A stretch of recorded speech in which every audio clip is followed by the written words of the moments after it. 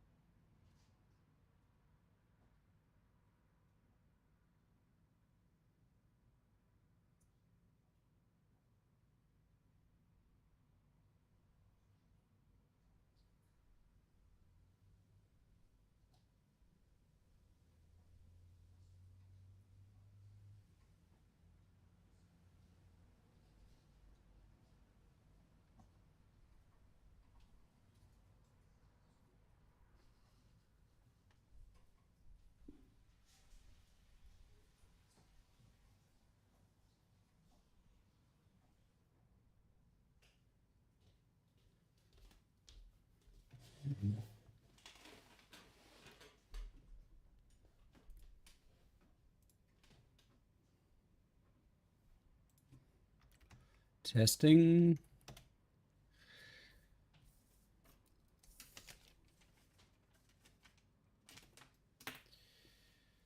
Am I going through?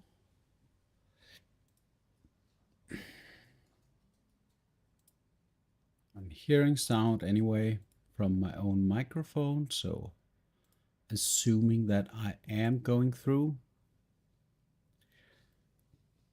Yeah, it looks I'm going to gamble everything and commit to the plan here.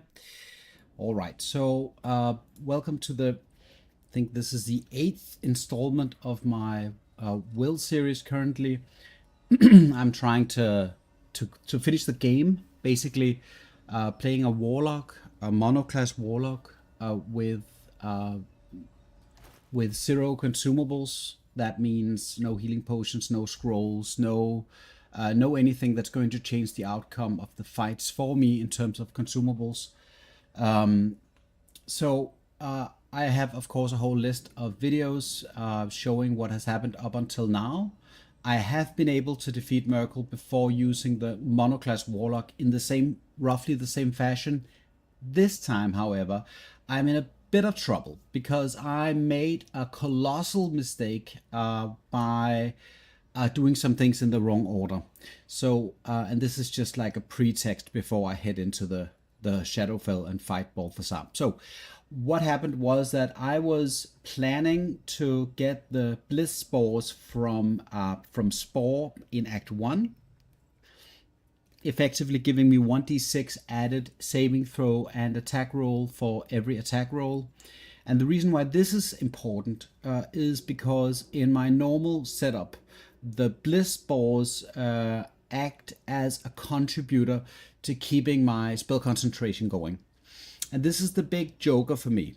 On the upside, which is also part of the problem, I was able to get the permanent bless condition from the astral last stream, from the astral plane where I was talking to the guardian there, and the bless is great, but the bless does not stack with the Mistral blessing. And what that means is that what I would normally do would be to add the Mistral blessing to my pre-buff setup during the Merkel fight. However, I can't do that because the bless spell will then disappear. I'd rather have 1d4 saving throws, 1d4 attack rolls, as opposed to having nothing, basically, than trying to bless the Mistral blessing. So it's a kind of a reduced power level that I would have rather if I had gotten the bliss spore. So huge mistake on my part there. I sided with Glut to overthrow Spore in the Myconid colony, and and that's fine normally until you speak to Spore and tell him that you feel that it's time for a change in leadership.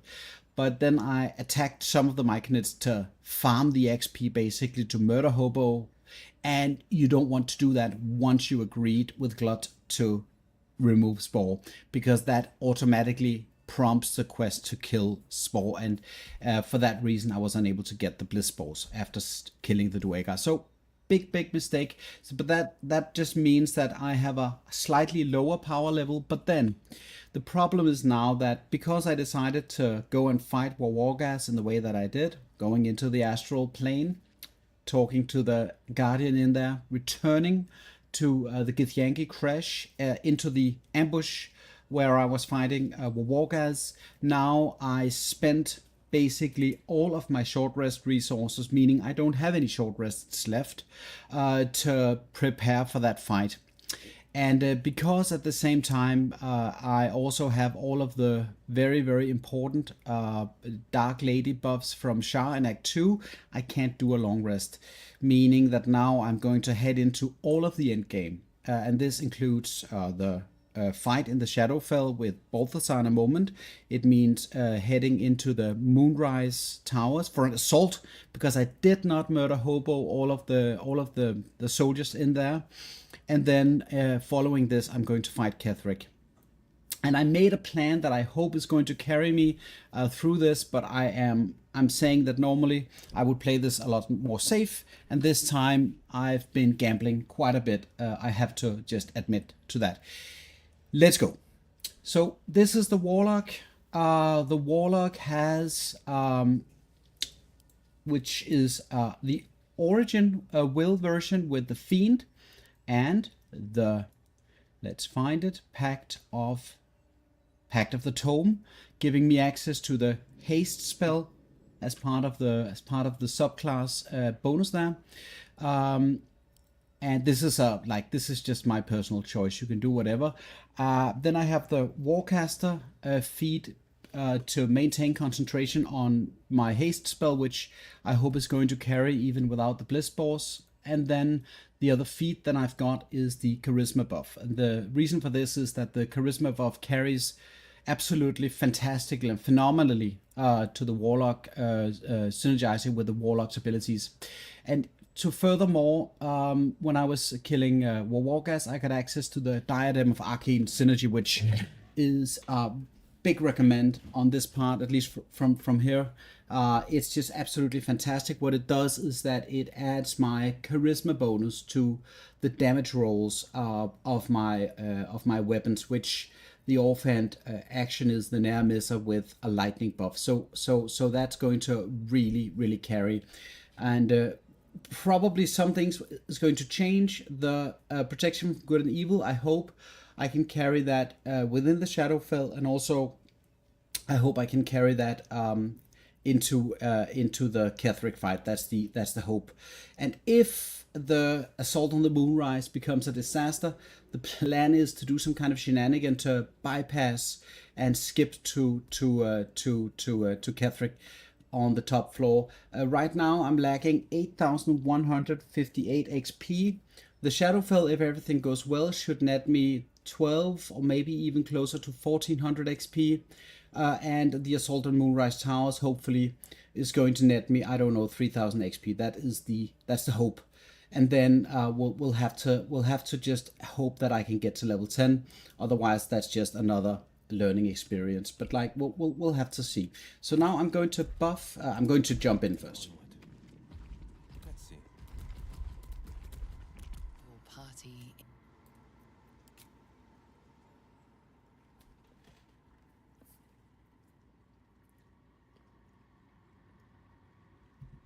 As you step into the silent water, a foreign dread travels through you. Once I get in and get to the place of the battle, I need to make a couple of decisions, and probably I will just go over the gear setup at that point that I expect is more or less optimal for this fight.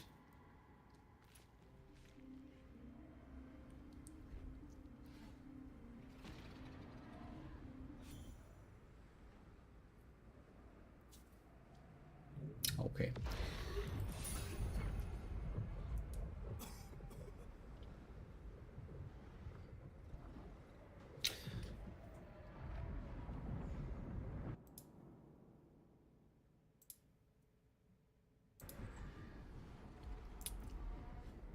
I don't think that any stream would work if critique doesn't show up to help me out. I practically need like a technical assistant to make anything work. But then that's perfect, because then I can just make that explanation of what's going to happen when I get down there anyway, as I intended anyway. All right, so here is the dialogue. Balthazar now is with me in the Shadowfell. I expect this to be a party. And regarding the dialogue, it's not really that important. He is down there. So let's go down there.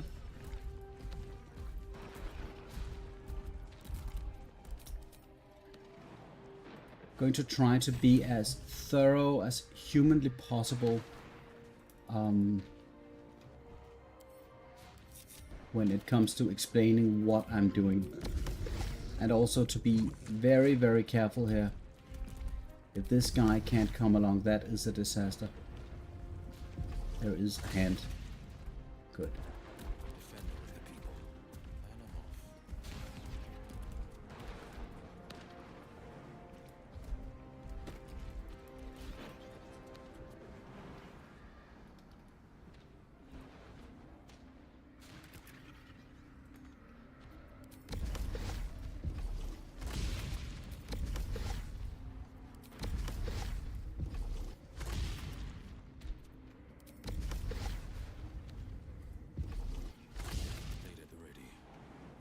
Don't want to play without my Earth Elemental friend for sure.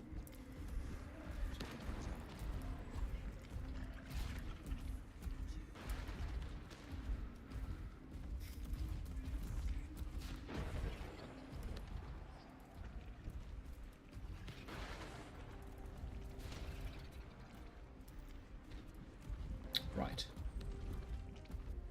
Okay, so, oh wait, I need to go down here before...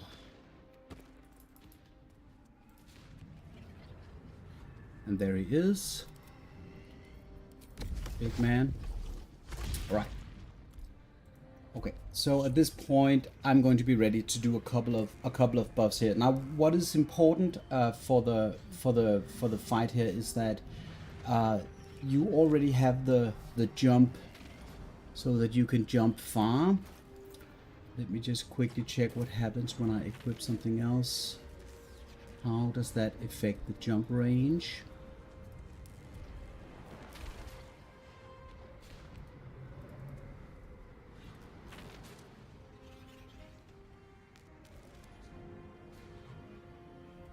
Do not think the fight is going to start here. No, it's not. Right, so this is the jump range, and then the stick here. Jump range is slightly farther. Slightly farther.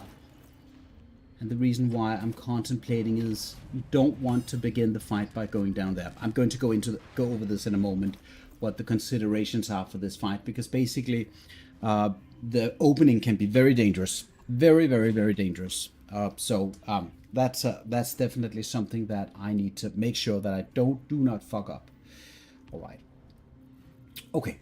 So before the fight starts, I'm going to do a little bit of pre-buffing here. Balthazar is probably going to beat me to the initiative, which is why I'm settling for my 18 dex, because I prefer to have the arcane synergy diadem online here, and I'm not going to switch in anything else, and this is pretty much the setup that I'm going to go with.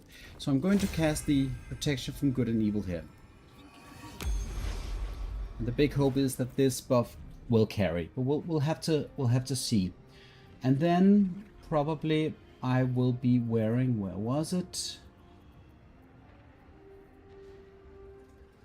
Was it the magic missile amulet? I think no, that this is the items. You don't want to use the items at this point, because any items that you use, any abilities on items that you use will not be refreshed inside of the Illithid Mind Flayer colony, which is why it's a very important consideration to me now that I can't use any of those buffs, including the sunbeam that I need to very, very gracefully conserve to the for the right moment.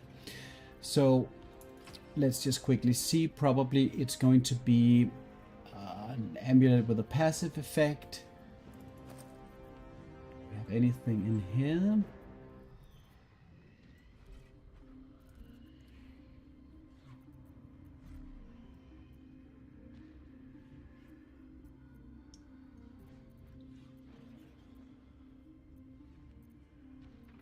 No. This is not it. Okay.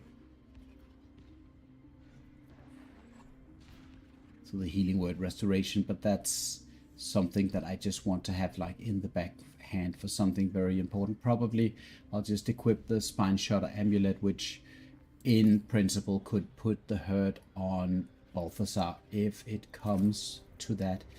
And then let's check one thing. No, this is not a place where I can actually summon undead.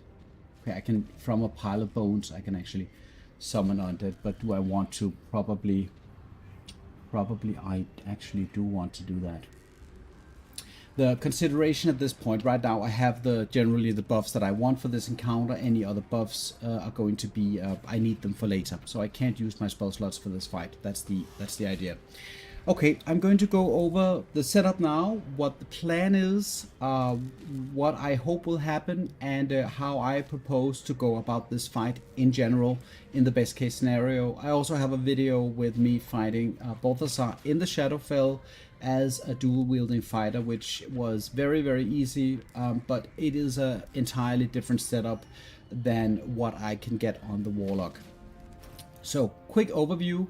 This is Wyll. He's a level 9 Warlock, the Fiend. He has Pact of the Tome as his background, enabling the haste spell, the animate dead spell, and also the couple of other smaller things. Then he is a level 9, so he's access to the Conjure Elemental as part of his Eldritch Invocation setup, which is very important to me. Other invocations are Eldritch Blast, Agonizing Blast, extra charisma damage on the Agonizing Blast. The other bonus is pushing, Repelling Blast, pushing with the Eldritch Blast, and then the Devil Sight for Sight inside of Magical Darkness. Those are the 4 Eldritch invocations. Outside of that, the gear setup is as follows. I have the Forbidden Knowledge from the Tome that you get in Act 1, which is a very beneficial round of saving throws. I have the Diadem of Arcane Synergy, and enabling my Charisma modifier, which is 24 with everything combined, to gain Arcane Synergy, meaning that my spellcasting modifier will be added to my attack rolls with the weapons, and this is going to be very beneficial, enabling my bonus action in a very, very strong way. Just very briefly, it's a full brain, which means that abilities like Color the Weak, Repulsor are going to be part of the idea. Also Psionic Backlash and Ability Drain, of course. All of these will be used potentially in this fight. Considering my options, I might use some of those, but those will be restored once I get to the Illithid Mind Flare pod. Then I am using Cloak of Protection and the Ring of Protection, which are just great. The Potent Robes for added damage to my Eldritch Blasts with Charisma modifier. Gloves of Dexterity, adding to my armor class as well as +1 to my attack rolls. Very beneficial. Right now, the Evasive Shoes for extra armor. Armor is going to be very key for me here. I don't want to be hit as little as possible, if possible. Then currently the Club of Hill-Giant Strength, because this has to do with how I want to open the fight, but this might change. The Adamantine Shield, because when they miss, they're going to be reeling and no critical hits can land, and this is pretty important because Balthazar can, in principle, deal a lot of damage with his attack. Then, as a very key component here, is the Ring of Poison Damage. Of course, you can grab yourself an elixir if that's what you want. But anyway, getting that poison resistance is absolutely crucial, because all of Balthazar's attacks, apart from when he runs out of spell slots, are poison based. And he is going to be landing. He's going to be landing on the single target ray of, what is the name? The poison spell, the level 1 poison spell. But he's going to upcast that to level 5-ish. Yes, critique. This is part of the. That's part of the fight explanation. Some of the monsters here are able to push, and that is basically what can kill you here. But you have to go about that in a strategic way, and by the end of turn 3, hopefully, that's no longer a problem. But I'll get back into what the mobs down here do in a moment. So get the poison resistance. Just make sure you have that. That is absolutely crucial. The Spine Shotter Amulet is going to be able to potentially reverb Balthazar, disabling him maybe a little bit, but this is not very key to the strategy here. In the weapon section, I have the hand crossbow as main hand, but that's only to make space for the Nair Misser in the offhand, which is, I think, on most accounts, one of the best weapons in the entire game, because of the fact that it deals force damage, which, with the Diadem of Arcane Synergy, the Charisma bonus, all of the decks and whatnot, is going to be able to deal quite a bit of damage on. Even though it does not say that it's a lot of damage, it will deal a lot of damage, and that's a fact. So now for this fight, I'm going to bring in my Earth Elemental. So here's the consideration: Balthazar has an insane initiative, which is why, in the best of all worlds, what you want to do. I'm going to explain what the monsters do the second that we get into the fight. So remind me if I don't do that. So what you want to do in this fight is that you want to put a little bit of space between you and all of the skeletons. Meaning, if you position yourselves in the middle, you're asking for it. Balthazar likes to cast his Cloud Kill spell, which is very dangerous, and even with resists, you're going to take damage. The other thing he's going to do is he's going to cast Ray of Sickness, that's the word. The level 1 spell that he's going to upcast to the level 5, I think, ish. Isn't that correct? He's level 8, so that means he has level 4 spells. but that's what's going to happen, like so. And this is why and high AC is very, very beneficial here. This is not a high AC, but high AC is very, very beneficial in this fight, because then most of the fight is going to be trivialized by that. So that's one way I would definitely suggest, get armor class. But the idea here is my strategy is to try and get to the left side of the arena, because that means that a lot of the monsters that Balthazar is summoning in a moment are spawning up here.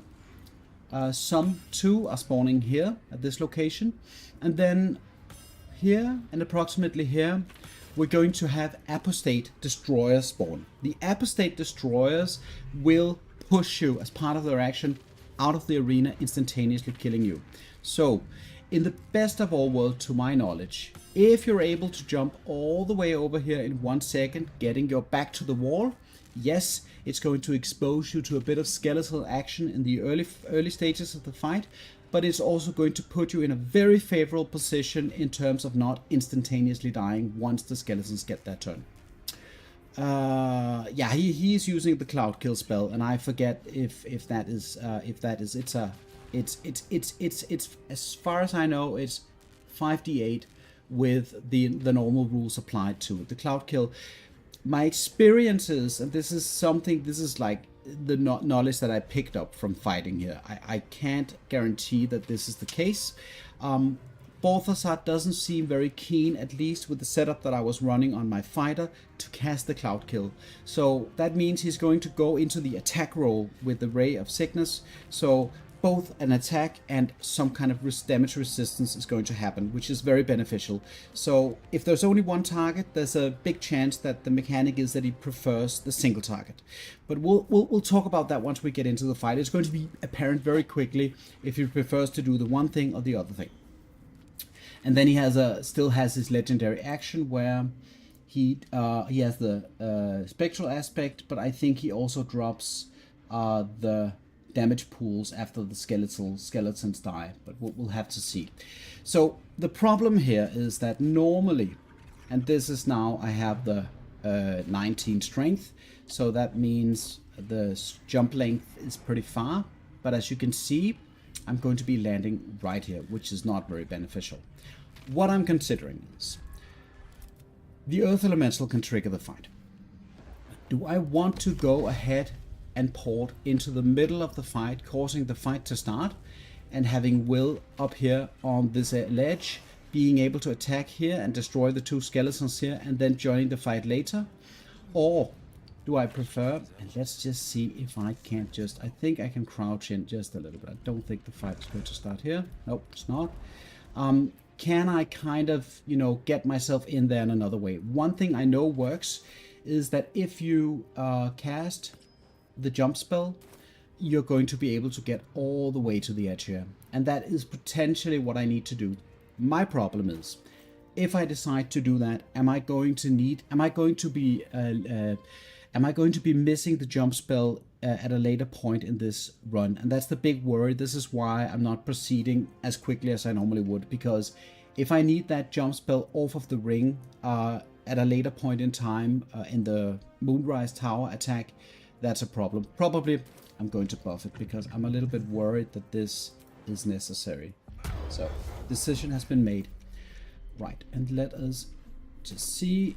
So now and now you can jump all the way, which is, just to my experience, very, very beneficial. I just want to check what happens if I equip the Blood of Lathander. And now the jump range is destroyed. So I am going to kickstart the fight now. So good luck and have fun, I'm guessing.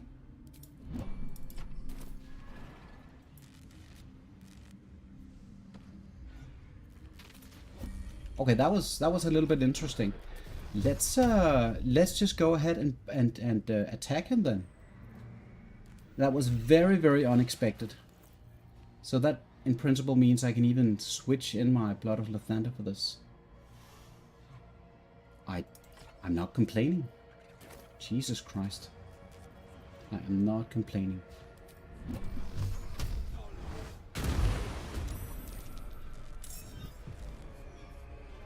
Right, so the animate death spell now becomes this has to be a joke. This has to be a joke. Okay. So do I want to spend a spell slot to counterspell the animate dead? In principle, that means he's not getting any of the skeletons out that he would normally do. I think not. There are two reasons for this. The Psionic Backlash is going to deal a lot of damage when he's casting a level 6 spell. That's one reason for it. The other reason for it is that if I counterspell, there's a chance I'm not getting any of the XP for killing the monsters, which I want. That's the one thing. The other problem is that I'm spending a spell slot. So we're going to go ahead and Psionic Backlash him.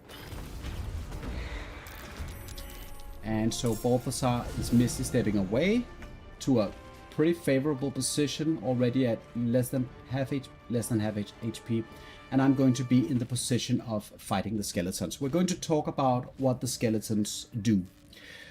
First of all, we have the librarians. All of these skeletons are very low HP, by the way. Librarian is casting the what is it called? The bone chill ability. That's its action. That's what it does. The sentinels are, I think, sword and board. It's a crossbow man, so he's shooting with his crossbow. Not very dangerous. Then we have the defender. The defender are basically low HP skeletons that they have a weapon and are probably attacking with strength plus a bit of, I'm assuming, a bit of proficiency, but hopefully not hitting me that much. I don't have anything going for me in terms of any kind of armor of Agathis or anything, so I don't want to be hit preferably. And then finally we have the Apostate Destroyers. The Apostate Destroyers are basically the only problematic thing in this fight, outside of the Cloud Kill, obviously. The Apostate Destroyers enjoy pushing you into the abyss. This already happened to me once in a playthrough. So you want to make sure that you never position yourself, even with high strength and acrobatics and whatnot, close to the edge for them, and they will go for it. They are horrible. It's like fighting the Duergar. Balthazar is mostly going to spend his spell slots attempting to cast Ray of Sickness, is what I'm hoping, on me, which needs an attack roll to succeed, and then applies poison damage, which is being resisted because of my gear setup, and also potentially the poison condition, which I also don't want on me, which is going to be giving me disadvantage and whatnot. But this is basically the fight. And hopefully what I'm hoping is that he's not casting Cloud Kill. So at this point, I need to consider my options. All of these monsters are going to come for me. They're not very dangerous. I'm very far away from Balthazar. He's already spending his spell slots on Misty Step, so already that's great for me. I'm not too worried yet. If they all swarm me, probably I'll try to repulse them with the effect of the Call of the Weak. That's going to be very effective. So I'm going to play it safely, move a little bit back. And also temporary HP plus 7 is from the Potent Ropes, so that's also going to play into my advantage. Probably I'm going to attack the Apostate Destroyer. Right. So I'm just going to check that one thing here.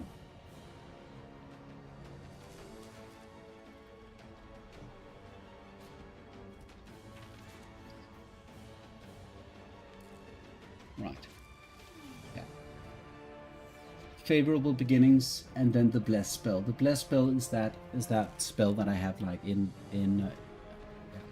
All right. Let's go. So I'm going to stay as far away as humanly possible and end my turn.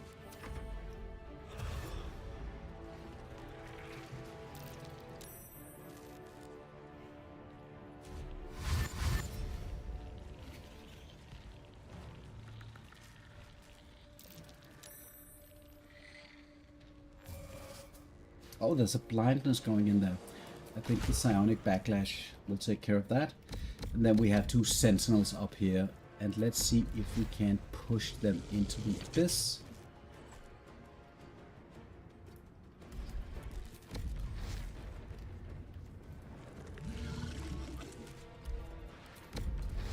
Okay, let's just... Okay. 2 HP. So I'm wondering if I should... If I can get close to Balthazar, that I think that's a boon. I'm going to go here just to harass him a little bit. I don't mind it if the Earth Elemental takes a little bit of damage.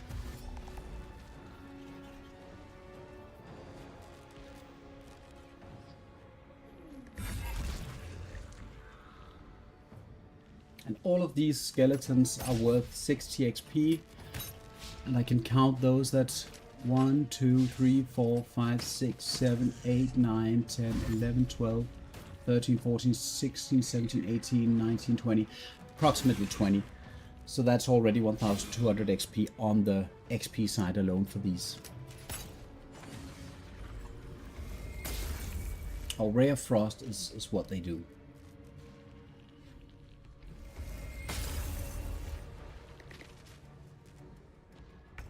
Okay, so he decides no action. That's also weird, actually. And I think I'm going to take this attack of opportunity. My odds should be good for this.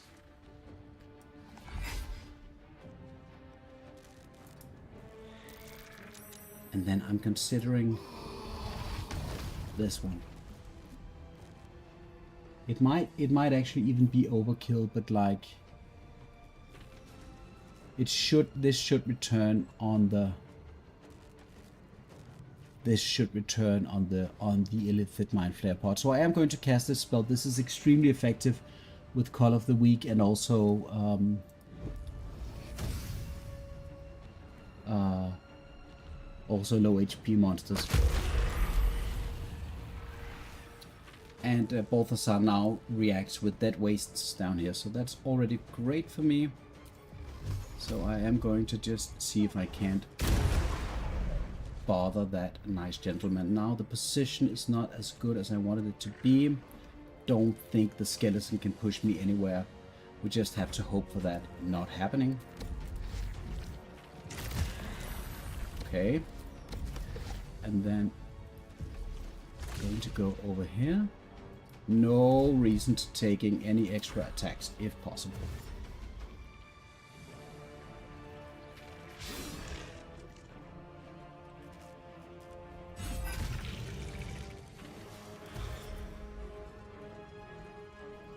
The Cloud Kill could, in principle, I think, hit both me and the Earth Elemental at this point, which was not intentional.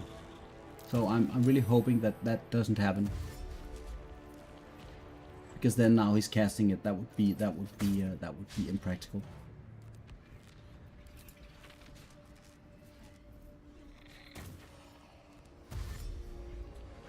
Okay, so it killed itself and gave me no HP. That's annoying. Question is, do I want to psionic backlash the blind? The blind spell is...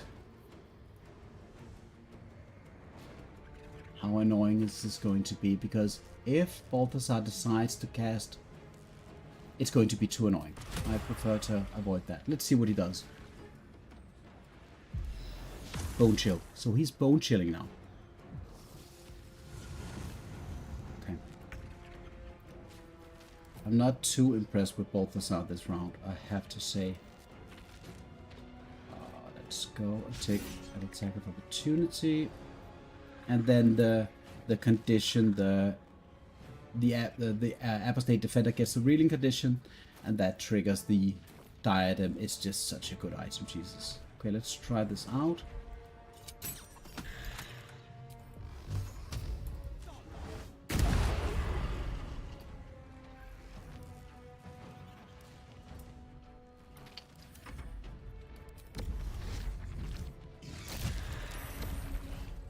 And this time I'm not going to go to myself. I'm not going to go up there, but I am going to stay in this... Oh wait, that was the wrong position.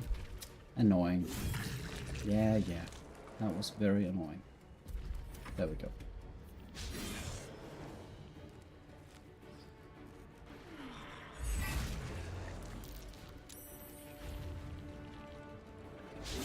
The Thander's Light is not really doing the work right now. Normally, the blind component is very, very effective.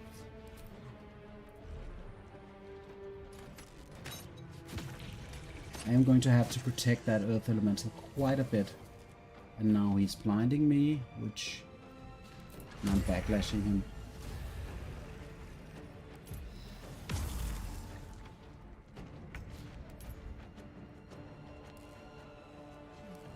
So the Bone Chill on the Earth Elemental. Yeah.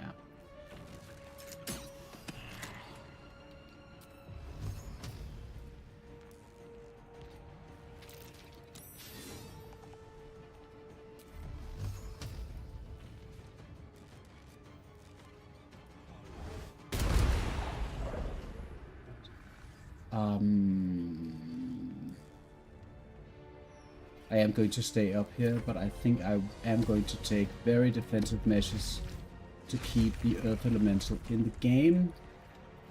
Probably running back outside of range. If Balthazar insists on going for it, there's nothing I can do about that.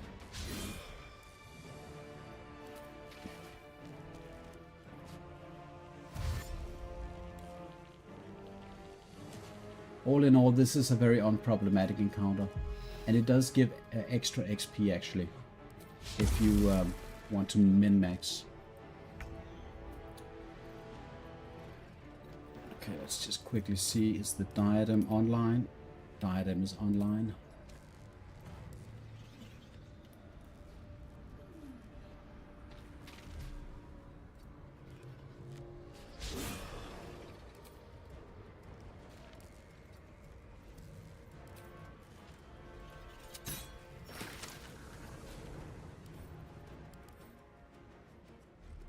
And the resistance from the spectral aspect does not cover the Eldritch Blast, so I feel fairly secure that we can do this.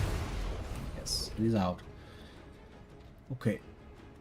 So now it's the cleanup and then on to Moonrise.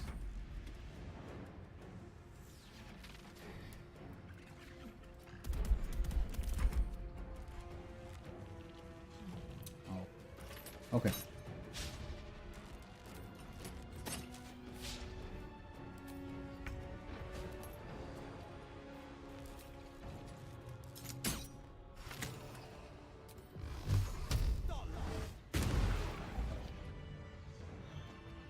Don't know if I need to loot these guys. Probably that's a bit of a waste of time, so let's not do that. Yeah, that's the fight. Like, all I can say is that this fight is, if you have a respectable armor class, if you position yourselves in a proper way, I think this is easier with a solo rather than a full party, because the cloud kill is just devastating. And if you get into a position where you just cloud killed and you can't move and your party's dying and some are getting pushed off the arena, and it just happens, you get into a fight situation that seems much more difficult than it really has to be. This is not a particularly hard fight, and it does give a lot of XP. Just going to loot Balthazar. Don't think I'm going to be using his reward, or his headpiece rather. I think the animate dead is destroyed once you take off the helm, and the helm slot is too valuable. Let us talk to the Night Zone. Free me, and I will forgive your transgressions. Generous, don't you think? The Spear of Night could be meant to sacrifice the Night Song. But are you the one supposed to wield it? Yes. No questions asked. Let's go.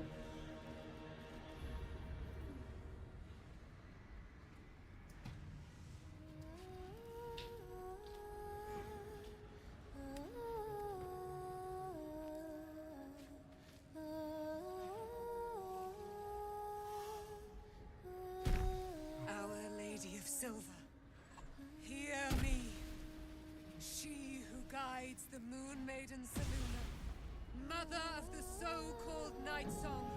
The Night Song is no more!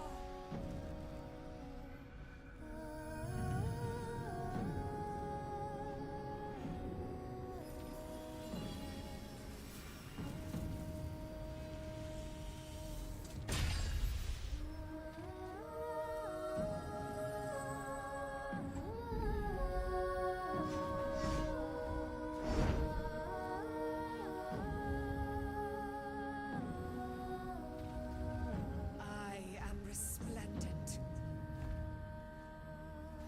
It is your turn, my friend.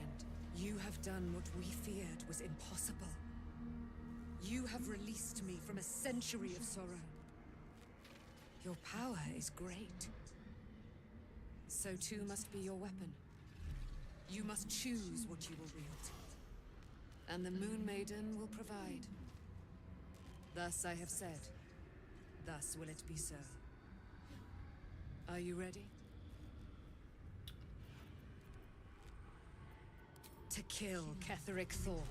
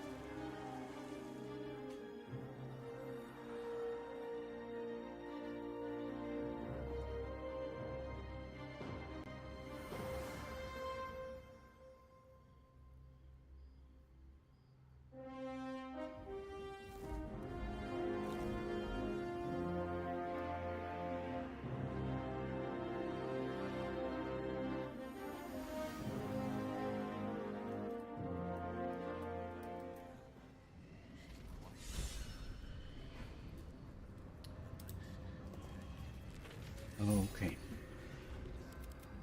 I mean, the folk hero has so many inspirations. Like I forgot to cash in the Volo inspiration. It's just like, yeah, and I need the inspiration when I talk to Kethric, right? And then when I go to Merkel, because the way that I do it, I want to make sure that I don't fight Kethric before Merkel. That's my absolute preference when dealing with this. Situation. All right, so now all that's left is pretty much to go to, I don't know, I don't think there's anything you need to do before this point. You're locked in Act 2. I mean, at the Baldur's Gate we have the very, very dangerous Githyanki patrol that I need to remember. Do not go here. Probably that's the wrong thing to write. Githyanki Death Squad.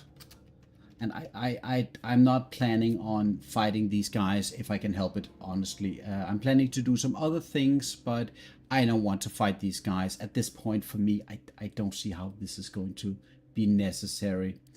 Right, but everything else is pretty much done. So I am going to hop into the Moonrise Towers waypoint. And just a very, very brief, like, oh, the update is now ready. I don't want to be doing that right now. I want to finish this bit, and then we'll see what happens to the update. Very exciting news. But I am going to finish the stream here before I start updating my game. Anyways, we're heading into the Moonrise Towers assault. A bit of information. I didn't murder Hobo. I cleared out the prison, killed the warden. I killed Sorel. I did kill Sorel.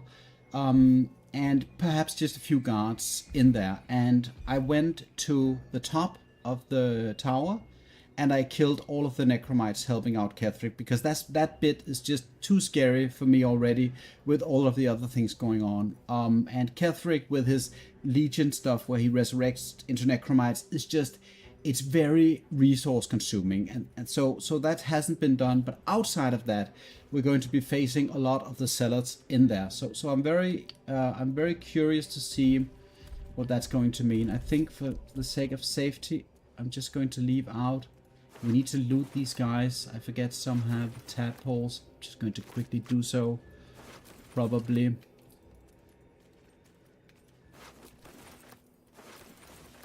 Wyll is just not a packing mule.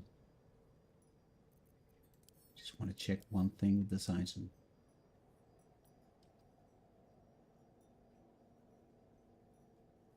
Okay, this is just shit. I'm sending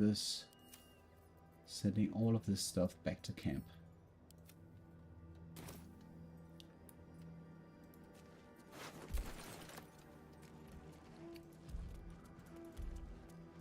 Just be extremely careful because I don't want my Earth Elemental to die prior to going into any kind of important fight, because I don't have any other spell slots available. I was contemplating if I wanted to compromise the rules that I have and maybe out of combat heal, so that, for instance, the Earth Elemental would get to full HP, but that is probably going to be on a different time.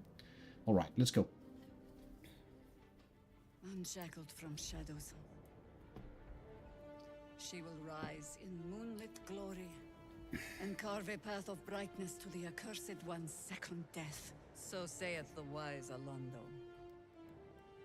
That beacon of angelic wrath has taken the fight to Kethric on the rooftop, and the first line of defense are dead. But storming the tower won't be easy, and if we wait too long, Kethric will gather his strength and retaliate. For now, though, he's on the back foot for the first time since he returned from the grave. This is it. The spearhead moment. You brought us this far. So how shall we proceed?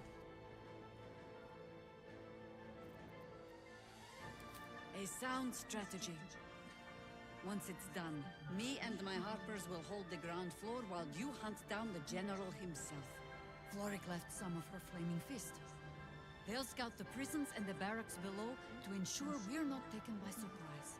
Say the word. I wonder what kind of instructions that these foot soldiers had, like, okay guys, so your job is going to go into the prisons and secure the prisons. It's like nobody told them this is a death sentence. They just went in, like, pretty much the most dangerous place to be on the entire Sword Coast. This. Let's do this. So I'm not... No, can I take her into my party? I forget what I normally want to do here. I think not. Let's do this. Let's just... She'll probably just die some awful way, but it is what it is. Let's go. In this light, there will be victory.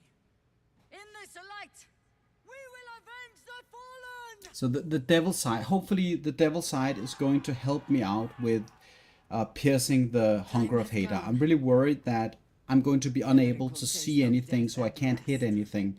And like my Earth Elemental, the plan was to put that into the fight and go to the rafters and try to harass the archers up there. And that is, I am a little bit uncertain if that is the right move right here, because of the very low HP. I wish there was just like a, you know, full health source here. Okay, let's loot these guys. That's the one. Malik has... He has one. A word, if I may. The way I hear it, the fighting's not done yet. You need to resupply.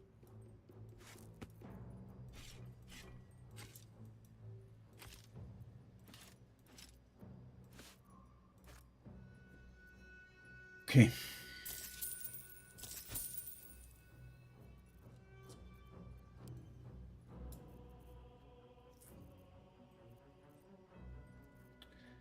Just looking for food. Okay. There's some. Lady. Okay. I don't think that there are any. I don't know if Soreni. No, she doesn't have. I don't think Glenn has tadpole. No, no. No more tadpoles.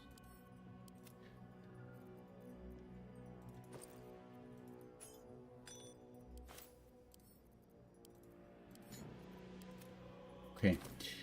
Alright. So I don't think there's anything for this fight. This is a very long time since I did this with just a common assault. So that means I'm just going to sneak in a little bit. I'm not going to precast anything. The emergency plan that I was thinking about was getting to this ledge right here, climbing up the ladder, going to this position. Okay, this is very difficult for me to see right now, but up here, going to this position and enter into one of the rooms where I should earlier have unlocked the doors. Can't really get to see that. It would be nice to just science that bit out, but simply going up and in that way bypassing some of the content. I do think I need to kill at least some of the stuff down here to get to that fabled level 10 that I want for the final fight. I am going to clear out the necrotic laboratory because I need the various buffs down there. So there's that. But like, let's go in and see what happens here. Right now, I'm just picking up stuff because I'm trying to stall. Okay, just need to make sure I have the right items on here. So the ring of jumping. I don't want to be positioning Wyll on the rafters or anywhere else, because I'm really worried that some of the adepts down there are going to be casting Guiding Bolt on him while he's up there. And the Guiding Bolt spell is just very, very, very dangerous. So I don't want to get into that too much. I just need to check if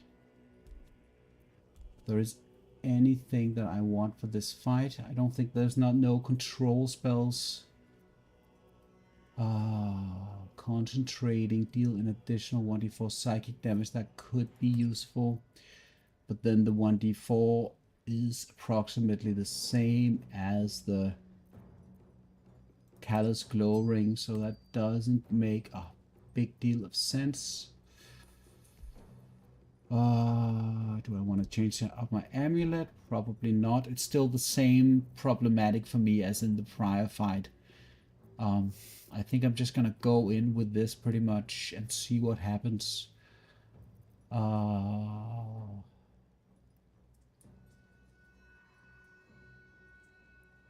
Although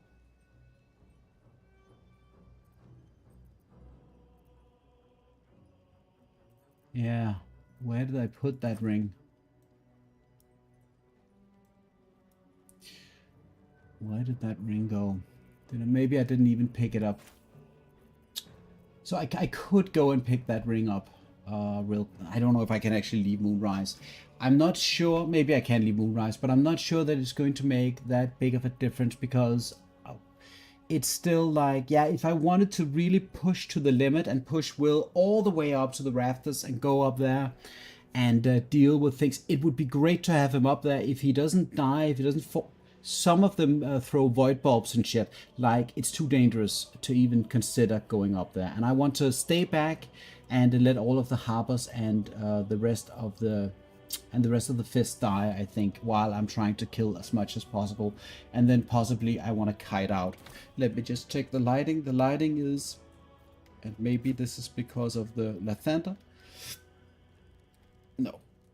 I mean, I can turn off the lights here, but I'm worried that still, no, it's probably, this is because the candles are on, so we can go and turn off the candles, put them out, and then we'll be fine. But like at this point, I'm going to be helped, if I remember correctly, by the gnolls. That's part of the idea.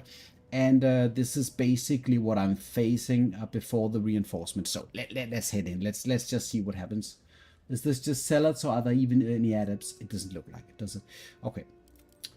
So the Earth Elemental is just going to take a breather here, and we're going to start the fight. Let's see if we can't kickstart the fight. Oh, and now, here we go. Fight is on.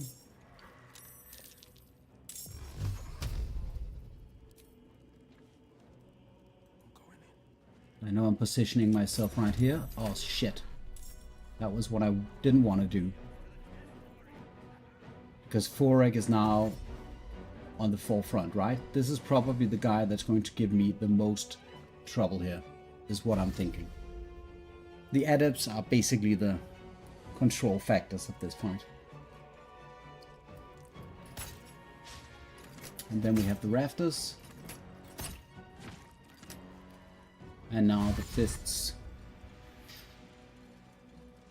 Yeah, you can just see that cloud kill landing in a moment.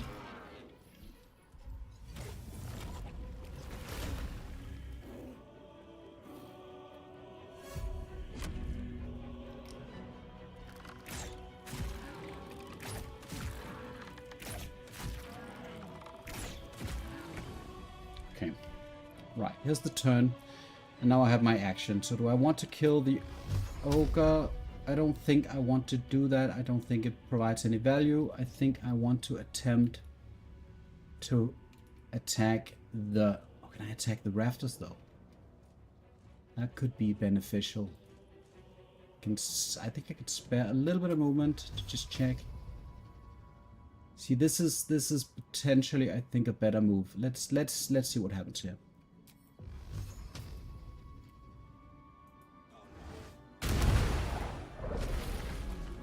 Did I just take out 2 of them? See this? I think this was probably a better move.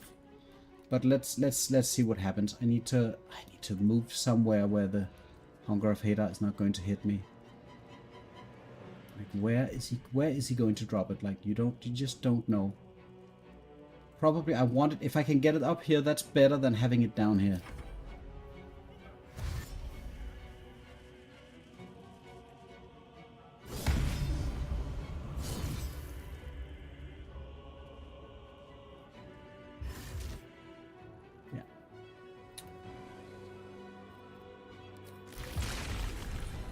Here it is.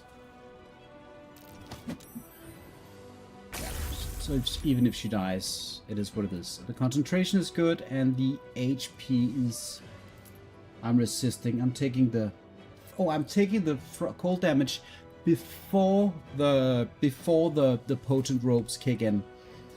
That was a pleasant surprise. So do I want to save Jaheira? You know, probably not. And she has a turn, so I want to be spending my... Why am I unable to see through the magical darkness here?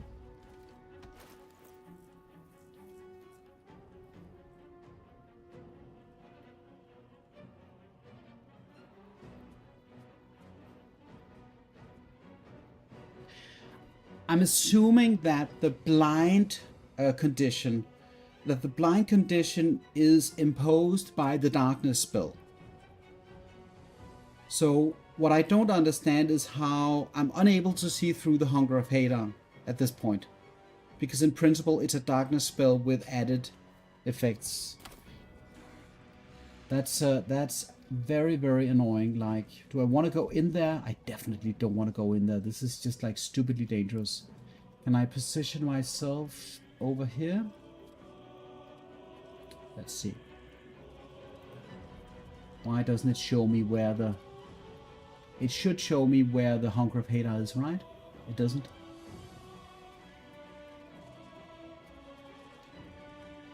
This is the worst possible position to put that stuff. Who is concentrating on it? It is...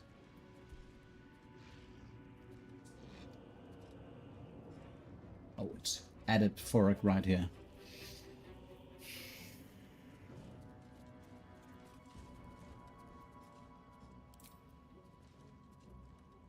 I don't want to go down here because that's where all the zealots are, and that is not going to be a lot of fun. And I want to keep my protection from evil and good at this point because I want it against Kethric. So I probably am going to let a lot of these guys die to preserve myself.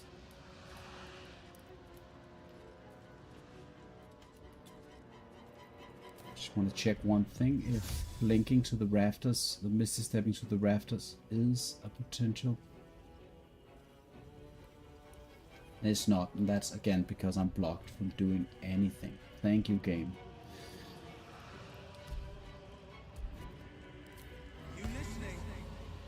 It requires me to go there. I just can't see anything through these shadows. So could I even force tunnel? So the force tunnel appears to allow me to bypass the shadow. So in principle, I could use the force tunnel to avoid the shenanigans. I don't know where is the.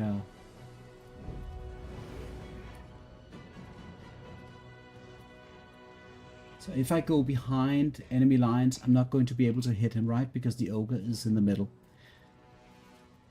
This is just a shit show situation, I have to say.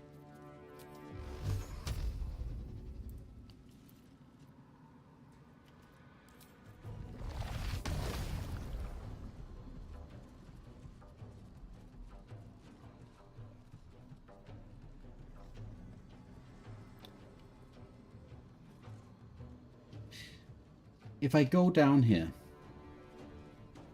and I spent those, I don't know, 2-3 meters for the move,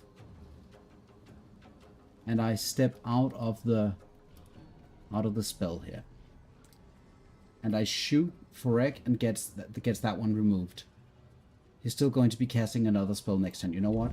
You know what? This is just not worth it. So fucking annoying. Pardon my language.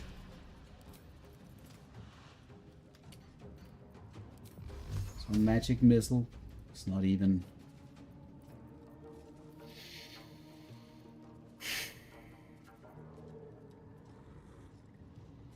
And I don't think I want to spend a spell slot. I want those spell slots to renew my to cast Armor of Agathis and something else.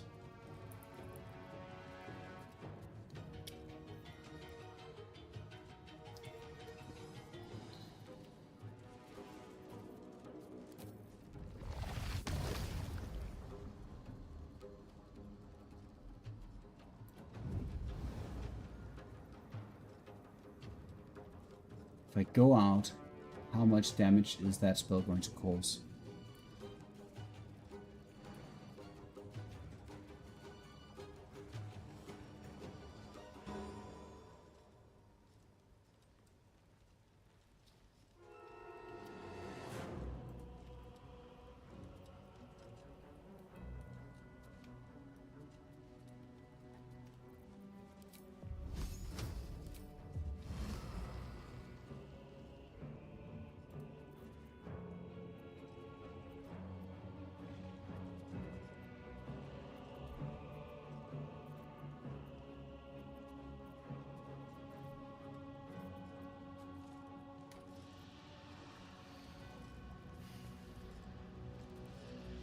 Apologies for the analysis paralysis here. It's just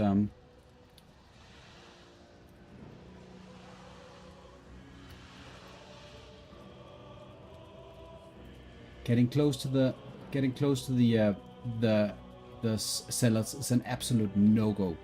Adept Dorigal has another Hunger of Hadar in his pocket that he's going to renew on everything, which is just going to repeat the process here.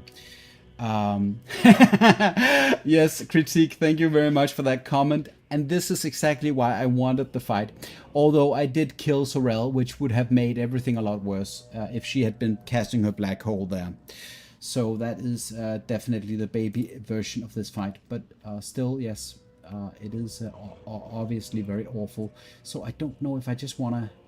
You know what, I'm not so worried about fighting these guys in general, but I think I am going to try and take the coward's way out for now.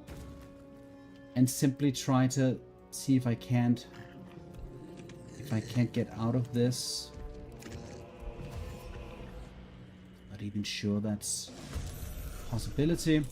And then the Earth Elemental, of course, is getting into the fight. Maybe that can prove beneficial. Let's see what happens.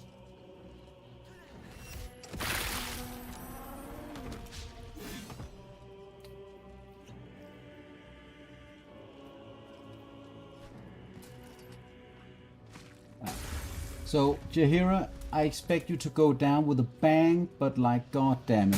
Thank you for that hero move. That was an incredible move right there. And now these guys are just going to town. Oh my god.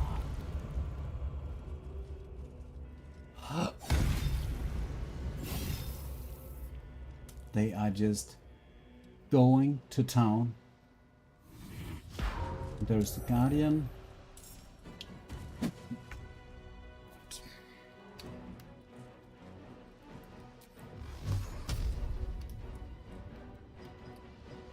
This is a little bit stupid. I don't want to waste my time on the...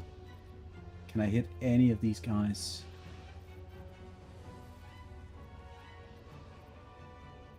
None of them.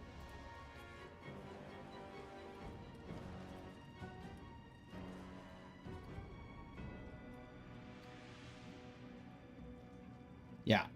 So probably, so Blackest, the item that I need for this specific fight is the Everside ring. So it has a purpose, even with the Devil's Side.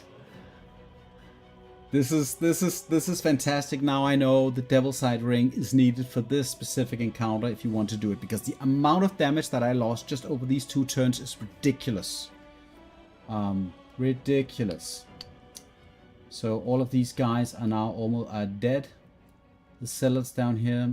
I'm going to try to drain the spell slots out of the Adepts, and then hopefully, probably I'll be going to the Rafters or some such if I need to. It's let's see. So the Hunger of Hadar is basically blocking me. All I can do is attacking this guy, and I don't know if he's going to retaliate. Is he? No, he's not. That's something. Bam. All right. F you, man.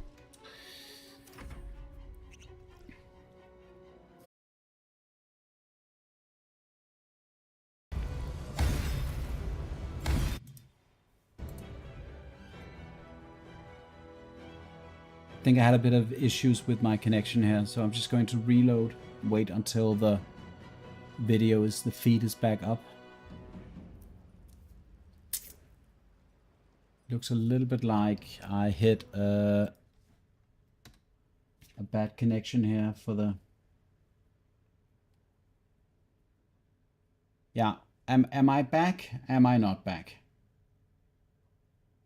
I'm just going to postpone continuing this until I know that that the game is back.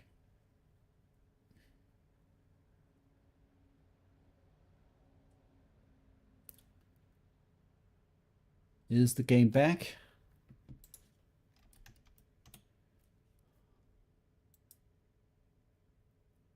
Okay, so the stream looks to be back. Just going to check on...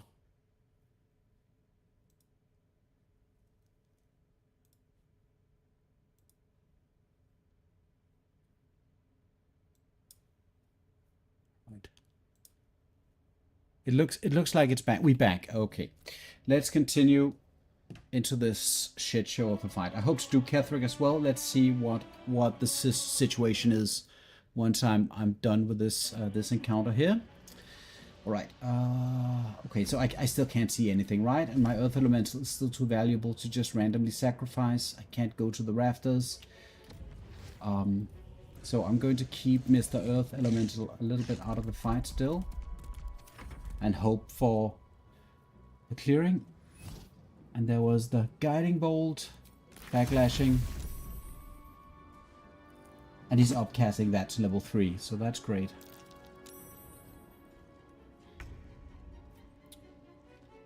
Let's see.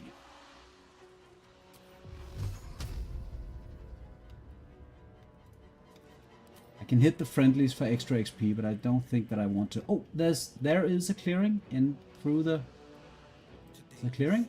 Shoot. That was a hit. And I'm not inside of the cloud.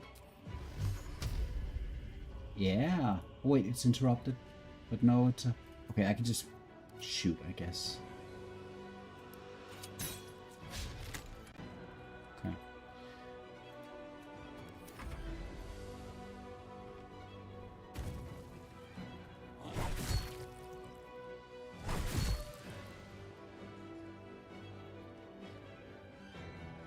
I'm just happy that, like, I'm not facing the reinforcements.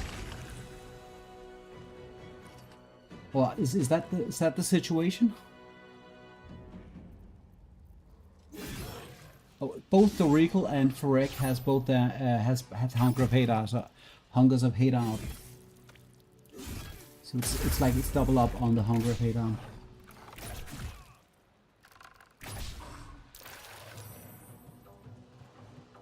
And this is just the one fight where I don't want to jump into the middle of things. Yeah, the ice patch is absolutely fungus. Wow, how many? What was that? 3 attacks? Oh, that was Bryn. That was Bryn attacking. War God's Blessing. Alright, perfect. Yeah, great job, guys. Bryn with an attack there. 16 Radiant. Yoga with 2 hits. Those guys are just no fun. Like, no fun. And there is a Guiding Bolt. There was the Hunger of Hadar broken. One of them at least. So I can manage to... does that bring me into the... that brings me into the middle. No thanks. No thanks.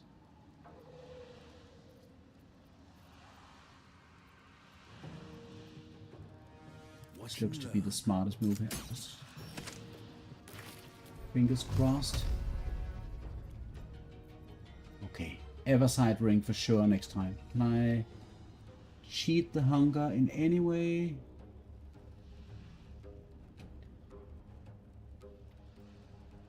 Ah, this is a shit spell. Do that. There we go.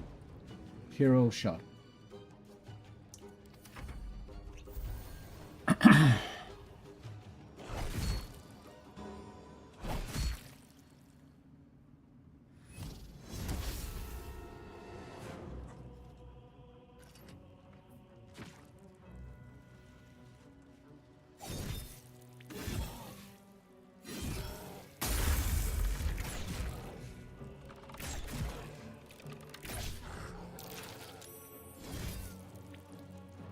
It looks a little bit like the good guys are looking at their final turn here.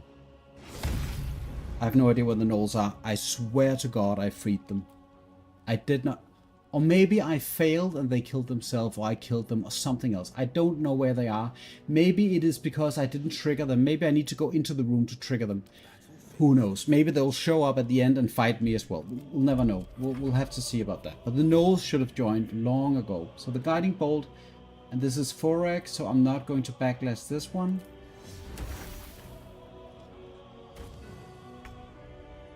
Okay, but the guys are almost dead. I mean, what we're looking at here is a very bad situation.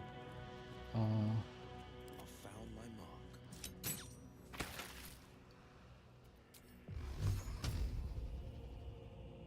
Can I actually attack Lanta? Oh wait, now there is an opening.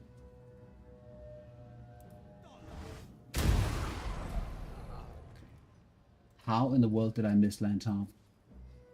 Oh, critical 1. Okay, fair enough. So now I don't know how far I want to be. We'll have to see. I need that 1 round right now, I feel. Just 1 round.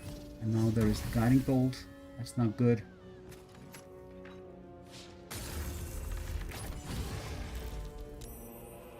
And here the final hit. There she is. And now... okay, so at this point, probably I'm going to... let's see, can I get up here?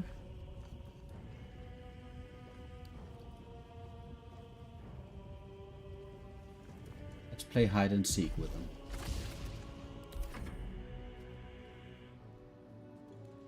This guy can hit me. What the hell? Oh, it's a... okay.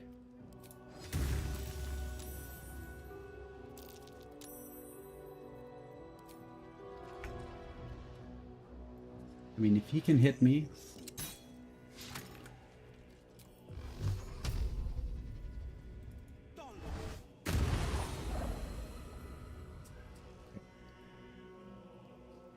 Finding my way.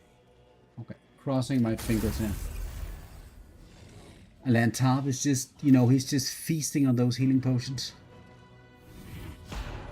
Yeah, That's a good move, Dorical. Good job, good job, man.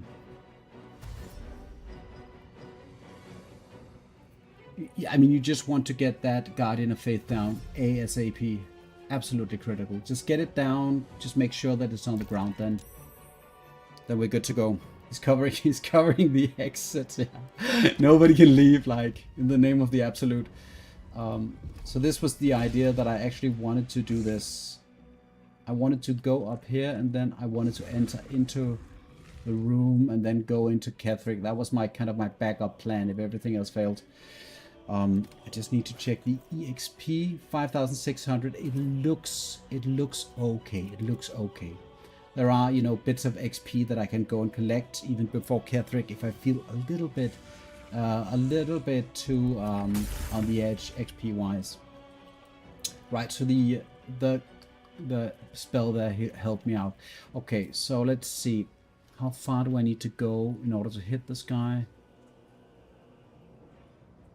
This is like already, but then can I kill him? Yes, I can. Yes, I can. Sure. Or maybe not because I don't have the. Okay, this is going to be very, very interesting. Do I want to shoot him? No. Do I want to blade ward? Yes.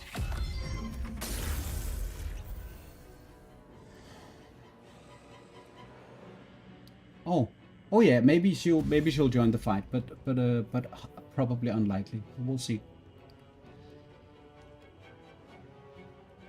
But it's true, like right now the Hunger of Heda is actually helping me out, and he's using his dash. He's probably jumping now.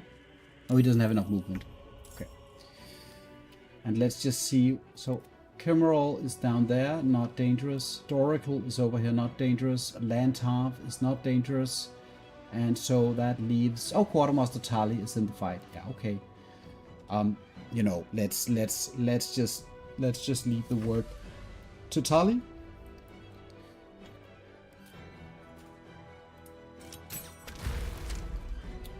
Okay. So, right. So let's just go and.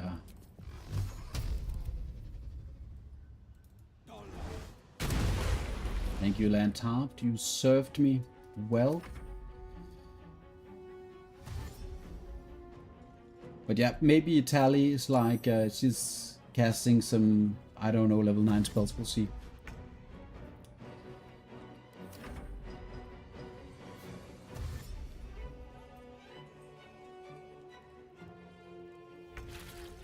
Okay, straight into the hunger. Okay, great job there.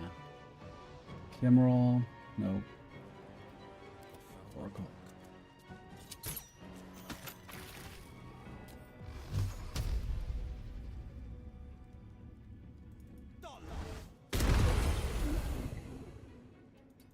And then let's hope for no insane. Seriously, like Jaheira walked into the middle of everything, cast Ice Storm on herself, leaving a puddle of ice that seems to never go away. Oh shit. You know, I was a little bit too confident too early. Here are the first reinforcements already. Let's go and see.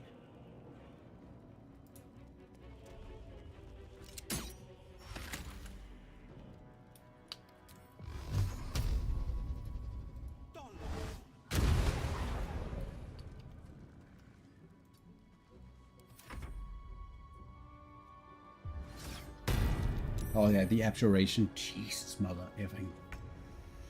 Okay, I need to get the Earth Elemental down. This is just...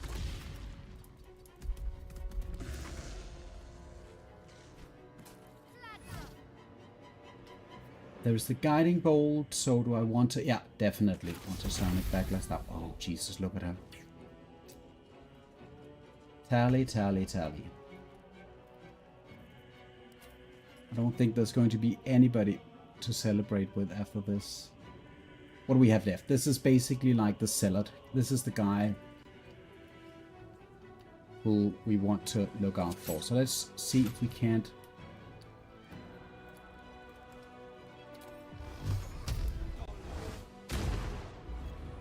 Okay.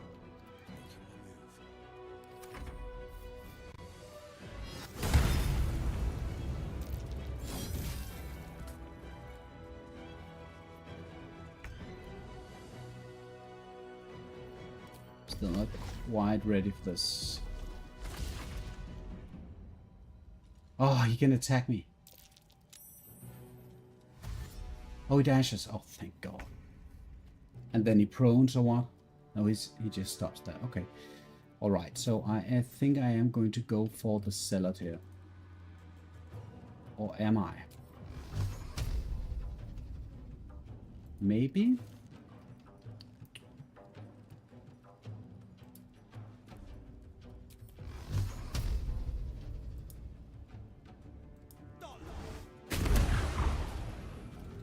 What was the result? Double critical. Okay. No complaints here. Yeah, worst traitor. Like, you would expect that tally. Like, when you think about how dangerous. What is he doing? What are you doing, man? What is he doing? Stop, Munish.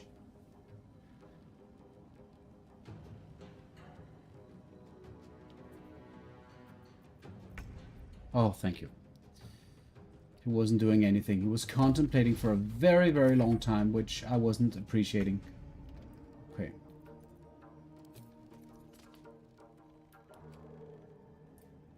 So if I want to go...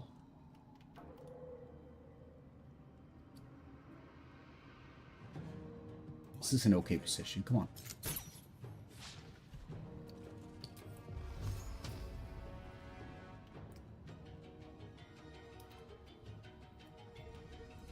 What? You know what? No thanks.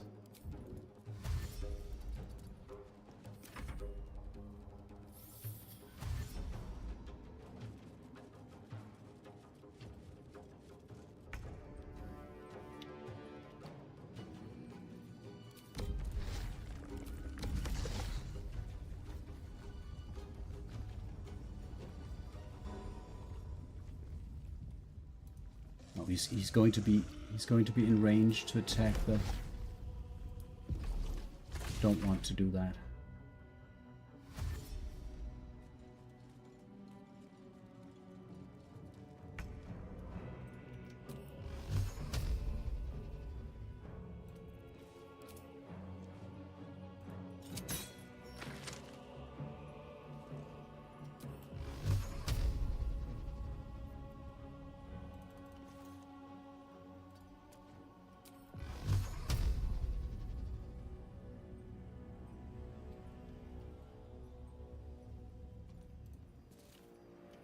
I think I'm going to be taking one of those very, very nasty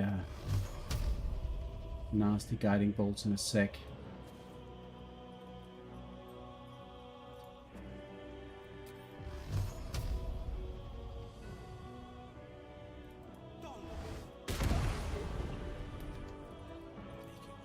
Yeah, I don't think that can really be helped. That would be doing this. Yeah, this is the move. Come on, Earth Elemental.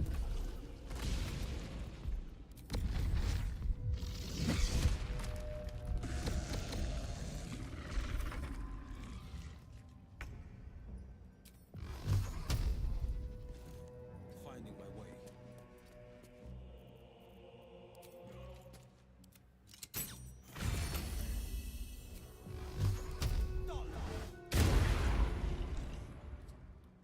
Okay, so that was the end of that fight. Like, Everside Ring is definitely a pretty good option for this if you plan on doing this fight at all, because like that would have saved me so much heartache.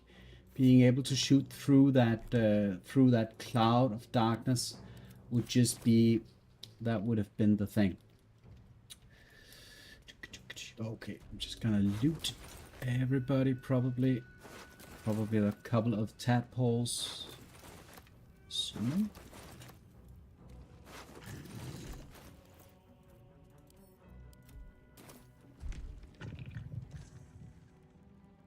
And then we'll see if the gnolls decide to join the fight. Which I wouldn't be super surprised if they showed up.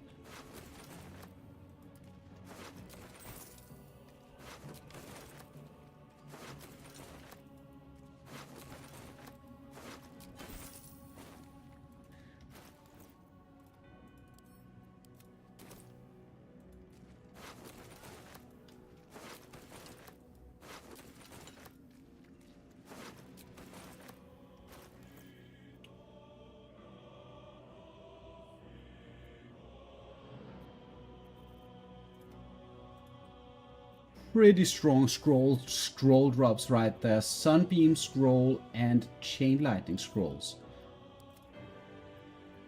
Probably keep these just for the fun of it. And land half. Also dropping a bit of action here. Just sending that back.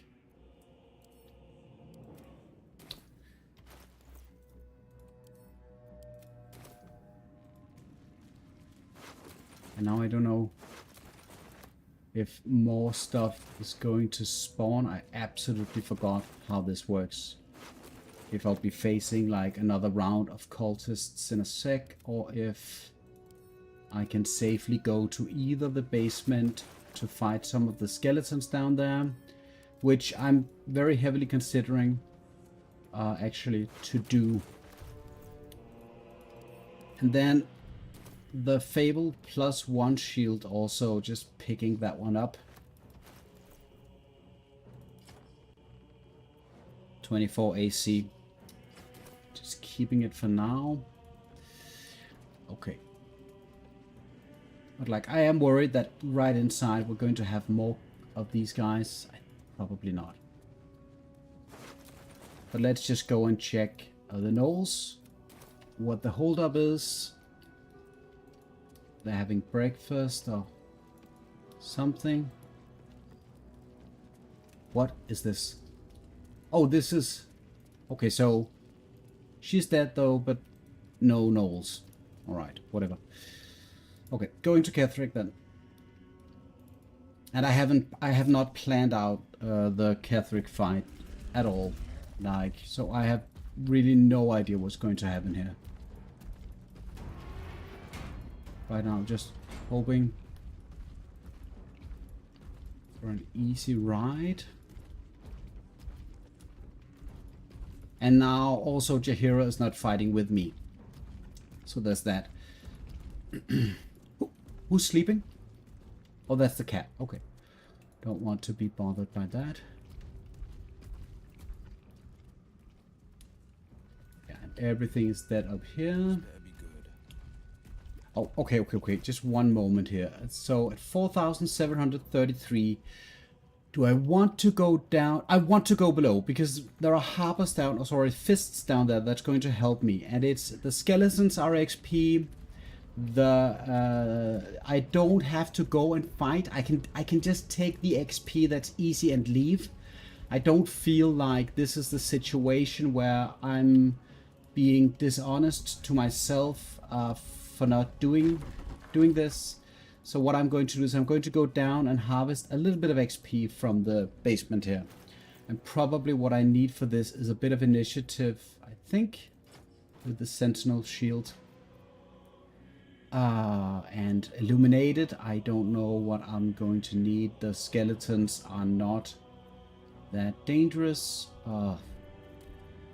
So probably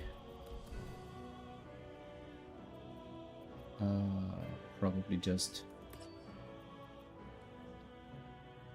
I don't know what this is. This is an irrelevant detail, but I do need to quickly check that I have the light spell on the mace. I do. Okay. So heading down there. Although the Earth Elemental is going to be a little bit disadvantaged here, but we'll have to see. It's in that position, which is pretty good. Okay. Let's see. So, I mean, I could hurt. I don't mind, you know. Go and spend time resurrecting your friends. And that's 75 XP per pop. So that's 1, 2, 3, 4, 5, 6, 7 more Yeah, that's definitely worth it, for sure. And then I don't know. Also, none of the fists are alive. That's a potential problem. Where are... Okay, so these guys are all the way down here. I think I'm going to have to flee this battle. So like I don't know how far the fireball range is. I simply forget. I don't mind them attacking me, but I don't want them killing the Earth Elemental. I'm going to stay here.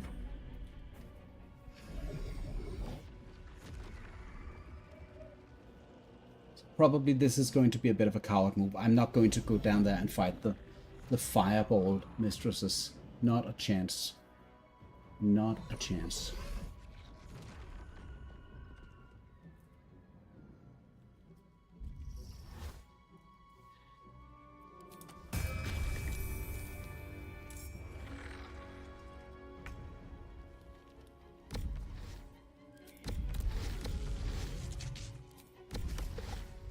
I have no idea what their behavior is, so I'm just going to go up here, use this, and run away. Probably if they kill this guy, I'm going to give them half a round, and then I'll escape, and then I'll run for it. Okay, they're going for me. That's very, very lucky. Not that one.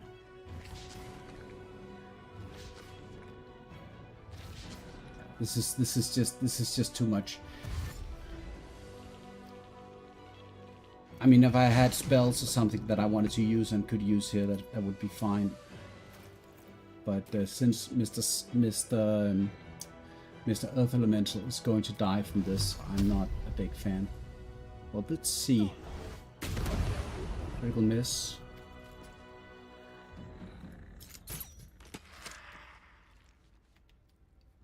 What is my XP? I have enough. I'm leaving. Let's go, Kethric. This is just not worth it for sure. Not worth it. Alright, let's go.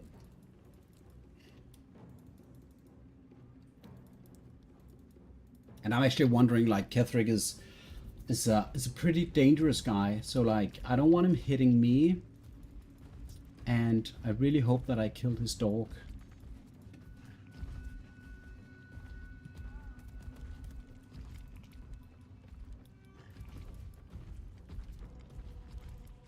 And I think I might only have time for the Kethric encounter, and then I need to go.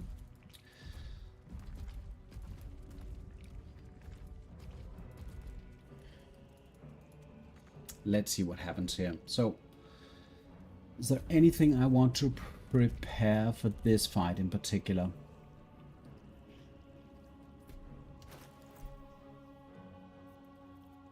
I'm wondering if I can reverb him to death. I'm wondering if I can reverb him like a madman. Just all sources of available reverb to just prone him to the ground. I think it's worth trying.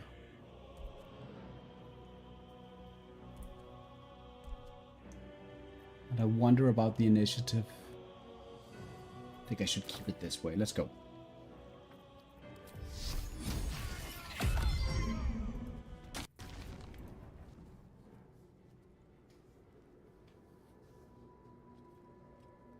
I just need to consider, like, the one thing is that I would normally use my guidance for the check, What have you done? but probably not, because I want to keep What concentration have you done to of me? protection from evil and good for as long as I humanly can. All right. Intimidation check +7, persuasion check with the favorable beginnings. Let's go. It's also, that's an easy check. There is no redemption, can't you see? It is too late. If Melodia could see all I've And so done, apparently there is a way She'd to know lower her husband Merkel's died long statistics ago by a with buttload Isabel. by Unlike debuffing Isabel, Kethric with the ability drain, and then once he could not be goes brought back. into the Illithid Mind Flayer colony and you meet him down there, and you know, whatever way you bring him down, you talk him down, you kill him before Merkel, the stats that the ability drain put on him from this fight is going to carry over, with the exception of the reverb. So if you reverb him after debuffing him with the ability drain, the reverb is going to make a clean slate and give him all his stats back. So an easy way to deal with Merkel is to remove his stats in this fight. But I'm not going to do this. I wish it could be so. Also, I don't even know how I would do that in a good way. Did not intervene when my I'm too life worried, was honestly. I just want to get him down here. Piece. And when I tried to buy it back, it cost me everything. Everything. We are copper pieces in their belts. Tokens to be traded for scraps. You have beaten me, true soul. But the gods beat me first.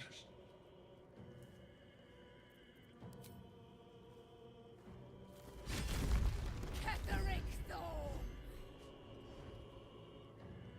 Aelin. Rise, you dog! Retribution has come, and her sword is my sword.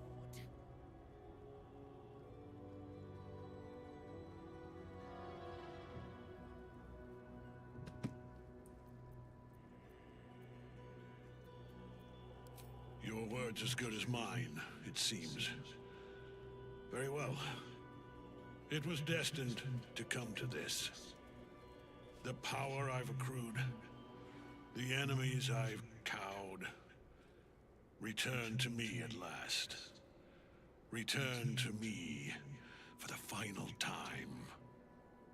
You have one last chance to bow.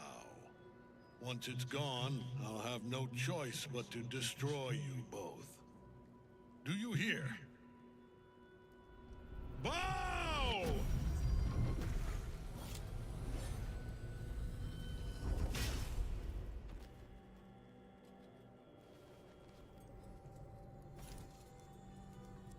The prism? You've had it all this time, you worm. You will bow before me. And if you will not bow, you will break. He will crumble at the power of your touch. Give him all you have. The gods fight at our side! So the 8 initiative, and he has... Oh, I didn't see his initiative, but it's more than the 3 that she rolled. So currently, probably, he's going to jump, I guess, to her, and then we'll have the fight in the middle, I'm guessing. At this point, Earth Elemental doesn't have it too well. I'm thinking like 1%. 22 AC. And it doesn't matter how I do this. This is just going to be like a shit show regardless. Question is, do I want to use the haste here? Protection from good and evil is not going to do me any good, I'm guessing. Anyway, 19 AC because I dropped some of my stuff. I do need to play this extremely defensively. I have Blade Ward here. He has the Horde Strike, if I remember correctly. And he can spawn friends. Legions of Bone.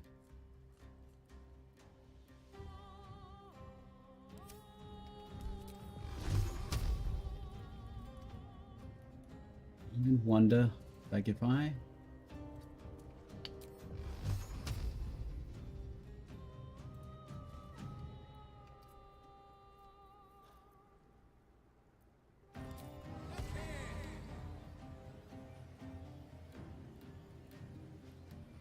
I think the problem is the line of sight.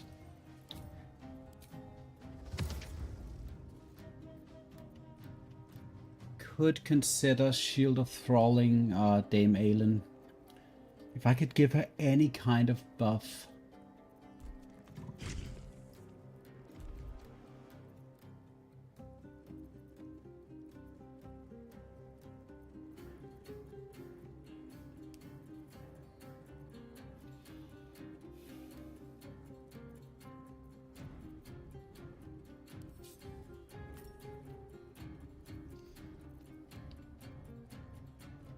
I'm worried that the haste spell is going to be necessary for this fight. 218 AC. He's not going to reach me this turn. And I should be getting this spell back after taking the illithid part. That is my assumption.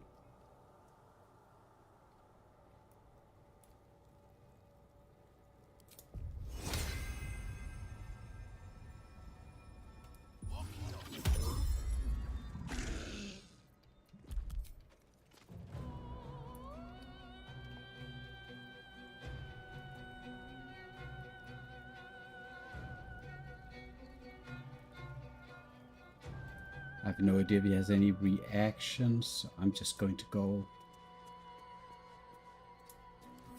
to a defensive position. There's the jump. Okay, that was still a very big hit.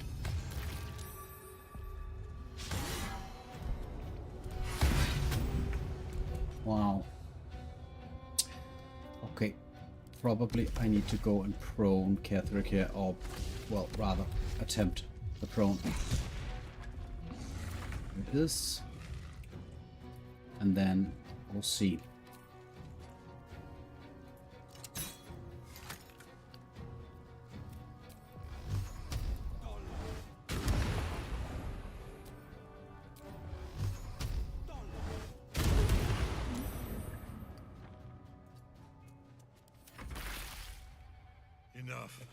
Okay, that was a very brief fight, and so perhaps the haste spell was a little bit over the top there. But like I was just worried. Like suddenly you're not hitting, suddenly he's hitting you, and then the shit show starts. So I didn't want that to happen.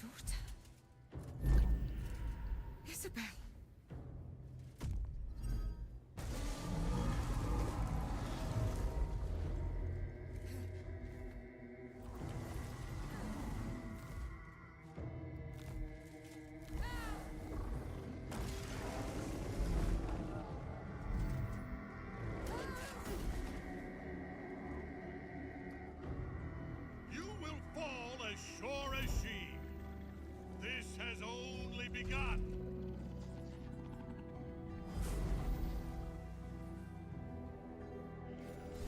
Tentacle was colossal.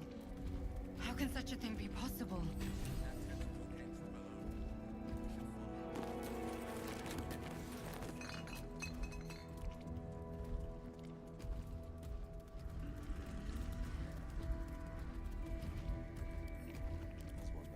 Okay. Right. So probably Merkel is not happening today. Wait. Oh, that does not matter. Because I need to go, so I will probably head into the Mind Flayer colony and just check things out, and then get to work on the rest of the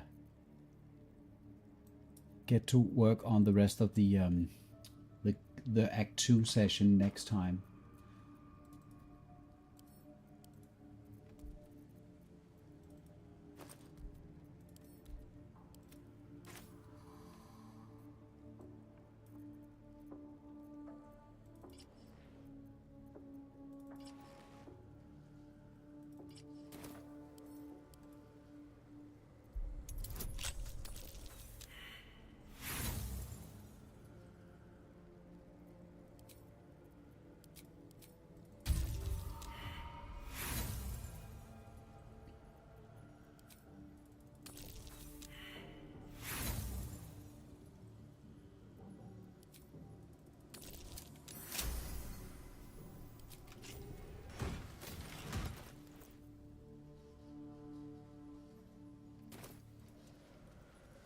Right, let's just see. I think all that's left is to head into the Mind Flayer colony at this point. I don't think there's anything left to do. I can go outside of the outside of the tower, but like to no real value. Will just be me and my happy Earth Elemental will be jumping in here, and I'm just hoping to God that I can keep him alive. Back at you, impossibly wide. A single tentacle burrowed through stone.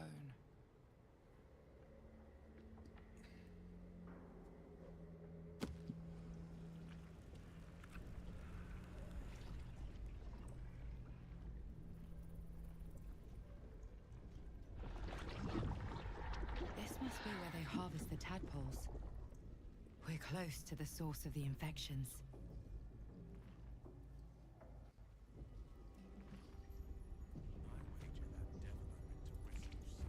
And now we're also in the rejuvenating miasma, so at this point I can actually summon an undead, which I'm expecting that my haste spell is going to come back when I talk to the pod, and for that reason I'm also going to cast my my spell here from my Pact of the Tome, and I think it's probably going to be a skeleton because I don't think that undeads can resurrect on undeads.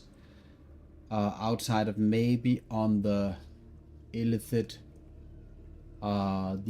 devourers, but like, do I want to do that? Probably not. I'm just gonna make a skeleton here.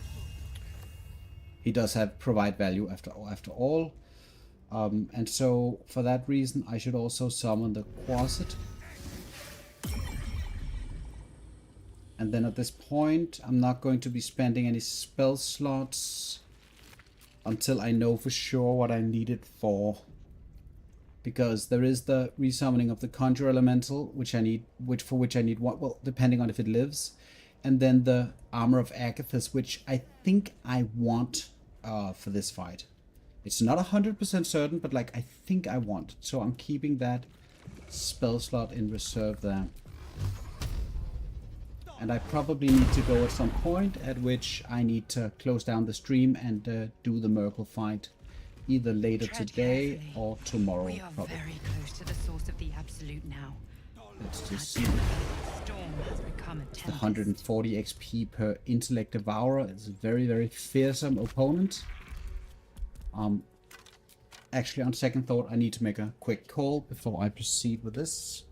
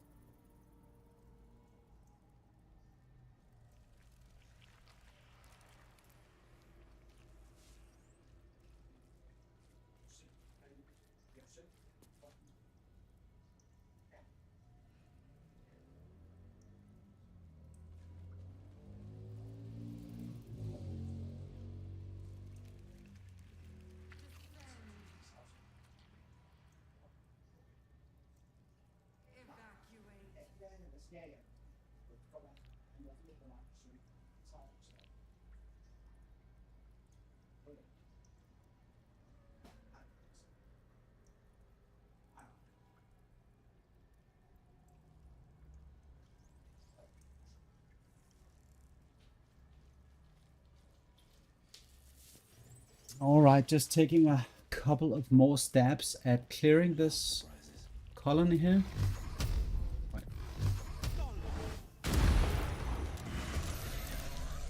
Just interested in seeing the XP. So 4,000 XP needed, like, so that's, hopefully that's, that should be enough. I've done this before. I'm just hoping that I'm not miscalculating. That was a very low hit there. That was 1d6 wise.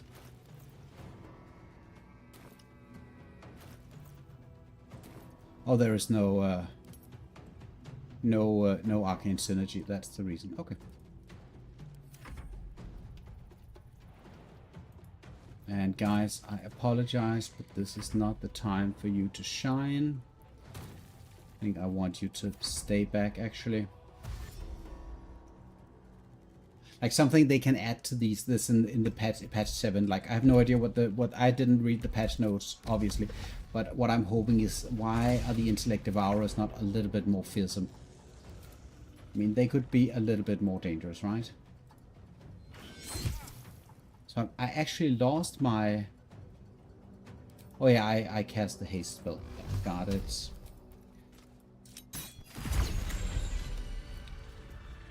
$16.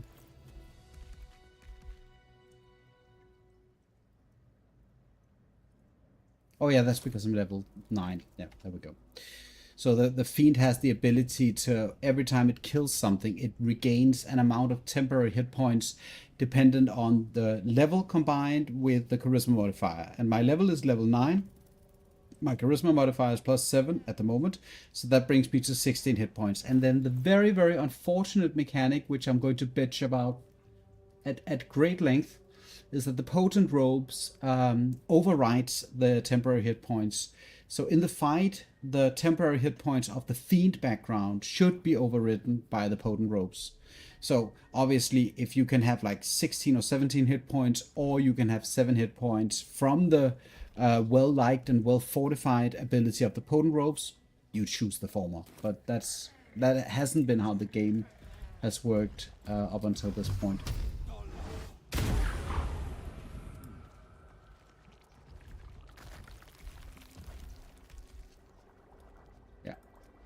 And I just want to kill everything.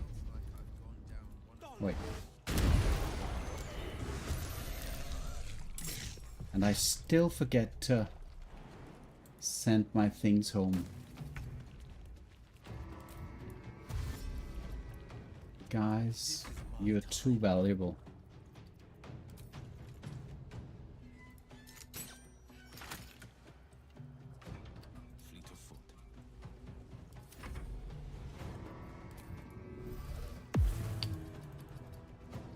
Too valuable.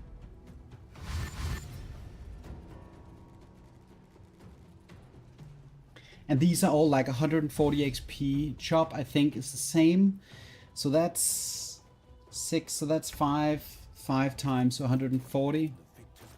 That's 700 XP. So the numbers add up, and then we have the necrotic laboratory, which is mandatory for me because I want to go there and get that buff there, the permanent intellect advantage.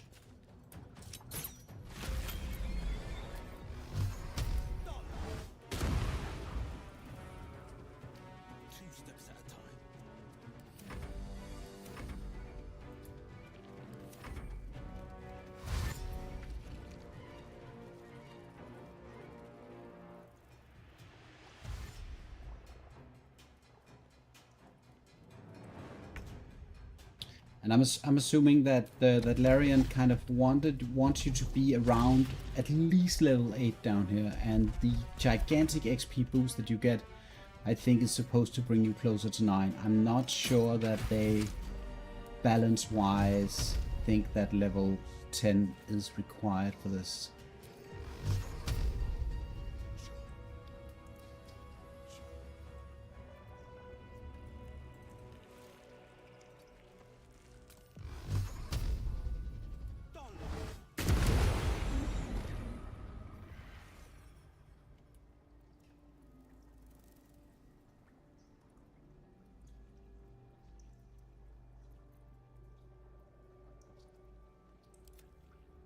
Like the Earth Elemental is... Or the Earth Elemental is out of the fight. I'm just confused. And the last one is down there. Okay.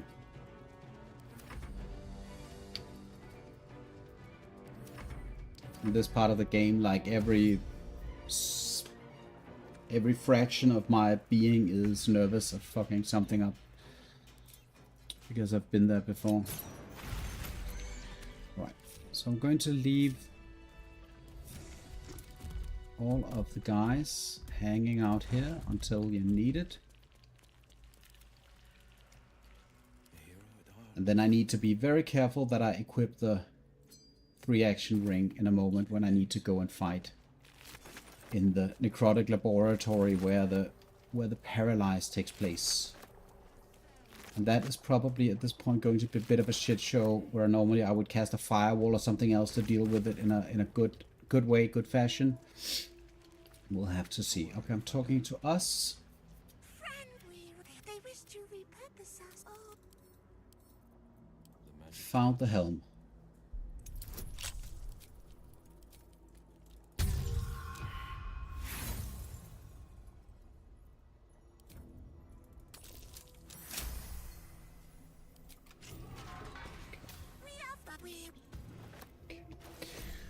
And before I forget to change the gloves, I will. There we go. And then summon us. Yes, please.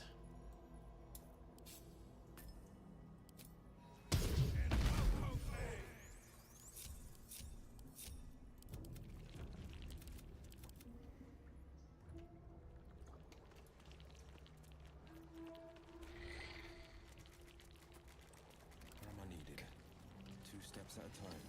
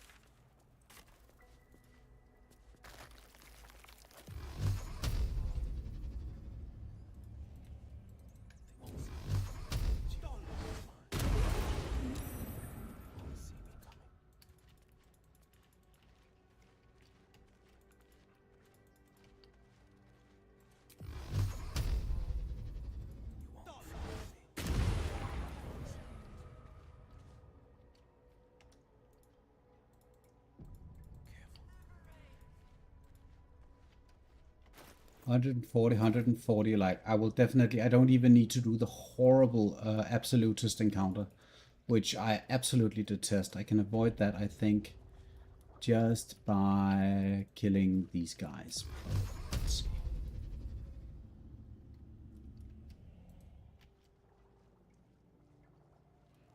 Okay, so just one guy left.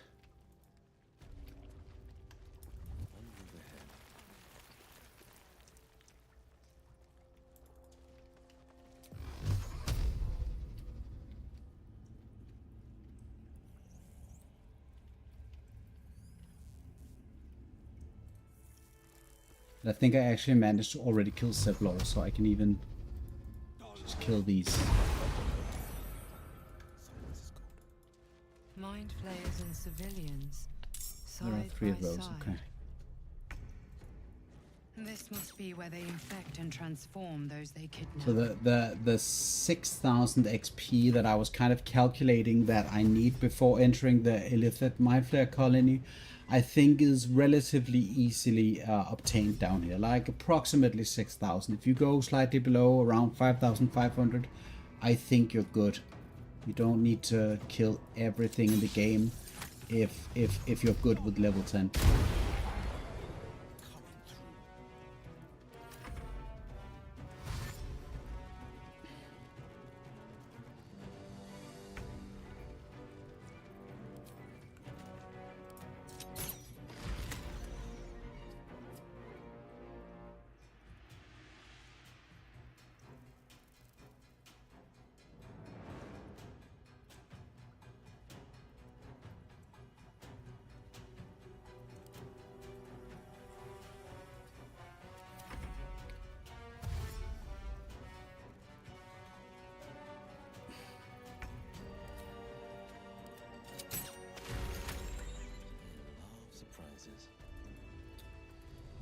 Let's go and save Minthara. I think that's also a bit of XP. I'm not that dependent on the special reward that she has for me because it's just too expensive for me to lose my my weapon to summon the champion. The champion is not a very strong summon.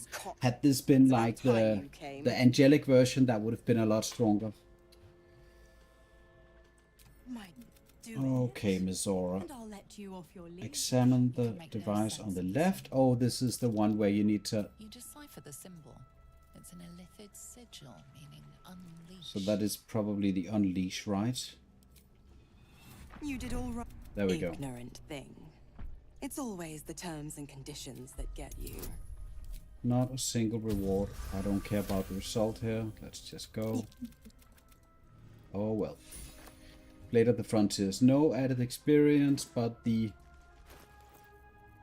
questionable Infernal Rapier for the Campion. Like, the weapon itself is great. It's fantastic for all kinds of reasons, but like the planar ally Campion is just not a very strong ally.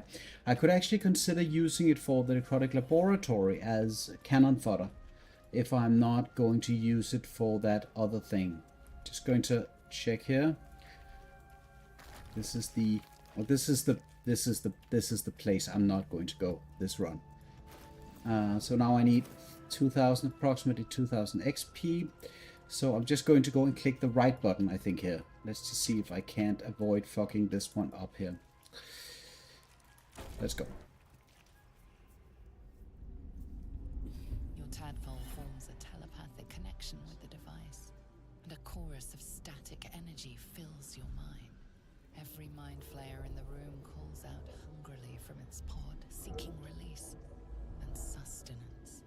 But there are others in the pods, those not yet infected, not yet illithid, terrified, desperate to escape. The device is open to your tadpole's command, to your authority. And obviously, Wyll, as Blade of Frontiers, obviously is going to purge them. Screams, that is psychic agony, terror, then that is his nothing. reason to live, reason to be. Let's see what XP. Oh, so that's a 790. Maybe that's because I didn't get to kill Sevelo. I think that gives a little bit extra XP. All right, let's check.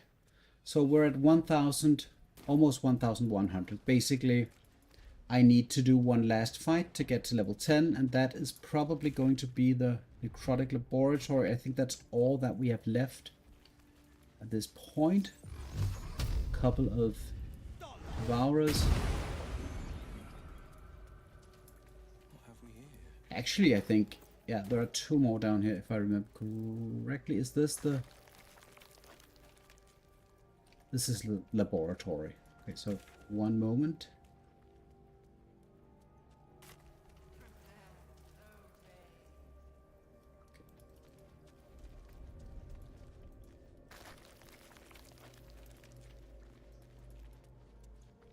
Let's see, it's a little bit annoying. I think I'm going to be almost getting to level 10 before the Necrotic Laboratory, and like having that extra level at the laboratory would have been fantastic.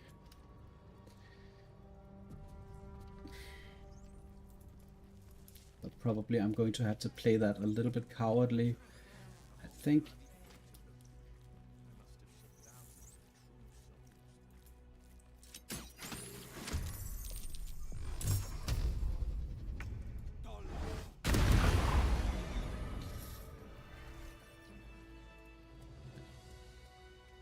Just a peek.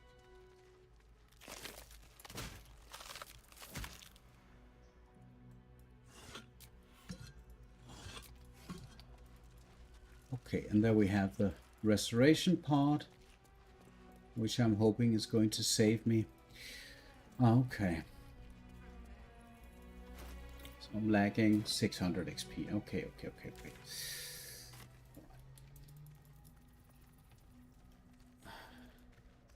So at this point, any tips, any contributions from anybody watching this? If there are anybody watching it, obviously, more than welcome.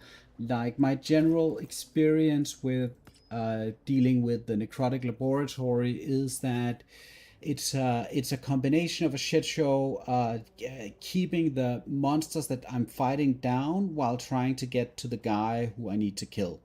And obviously, it's also a question about how much damage are you going to be able to deal, how are you going to set up the fight, and all those kinds of things. From in my situation, I don't have a particularly strong Nova build. I just have generally very strong Eldritch blasting build, which of course works very well. However, there is that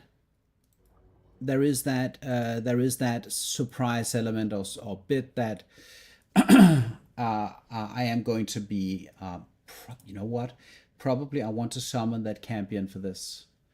Because I don't want to be spending other resources. I also have the incandescent staff, which can add a fireball to the mix. That's also kind of interesting. If I add this one in, I can summon a Cambion,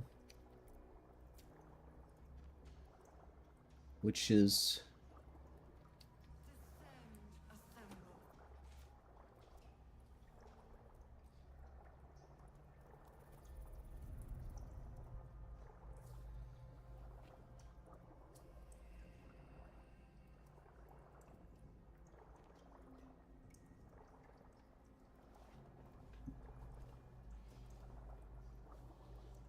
and there are a couple of problems for me. One of my issues here is that I need the Campion is in and of itself. It is what it is. Like my problem here is that upon starting the Merkle fight, I think with the setup that I'm running here, my best option is to go for a surprise round.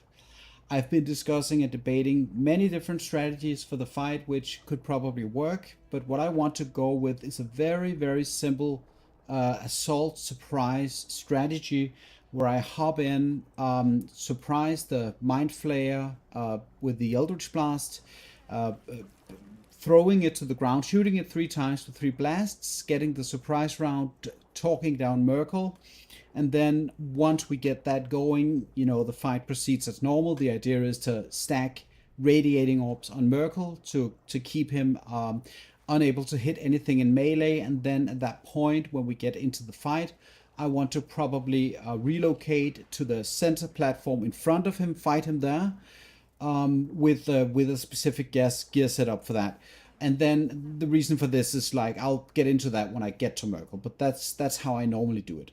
So like I will be in his face. The planar ally champion is going to require Wyll to have the Infernal Rapier equipped, which is the whole problem here. If this was a simple summon that you could take out of the item and then switch to another item, that would be fine. Because by equipping this and not having the Hill Giant, club equipped, I'm going to be unable to actually go to the Mind Flayer. So the whole problem is if I don't have that weapon, I cannot go to the Mind Flayer. And the reason for this is that I already used my jump spell from the ring for the Balthazar fight. So and that's the situation. That's where we are. So I don't have any resources to get to the Mind Flayer and surprise it without the, as far as I can tell, without the Club of the Hill Giant Strength, which pretty much makes it. And now I'm getting a phone call. 1 sec.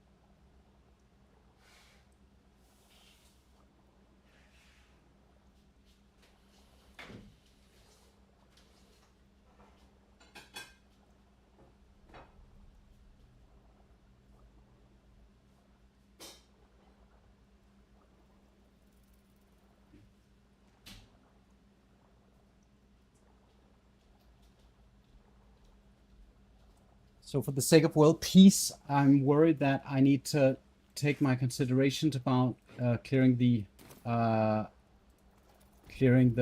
chamber here, or the not the barracks rather, but the necrotic laboratory. I need to do that on my next session, because right now I need to prepare for some family stuff. So I think I actually don't have choice in terms of when to do this. I need to postpone this, and I need my friends here as well. But I am going to just make my decision on where to enter real quick, and then probably, I think maybe actually like drawing out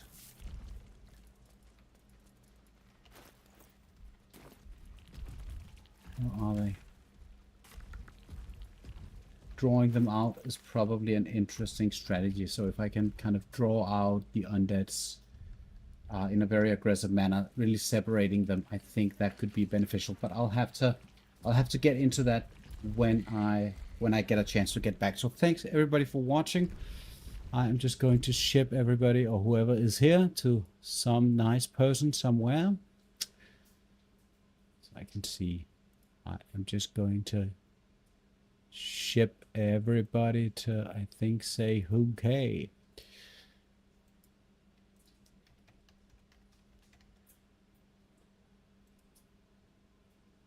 Right.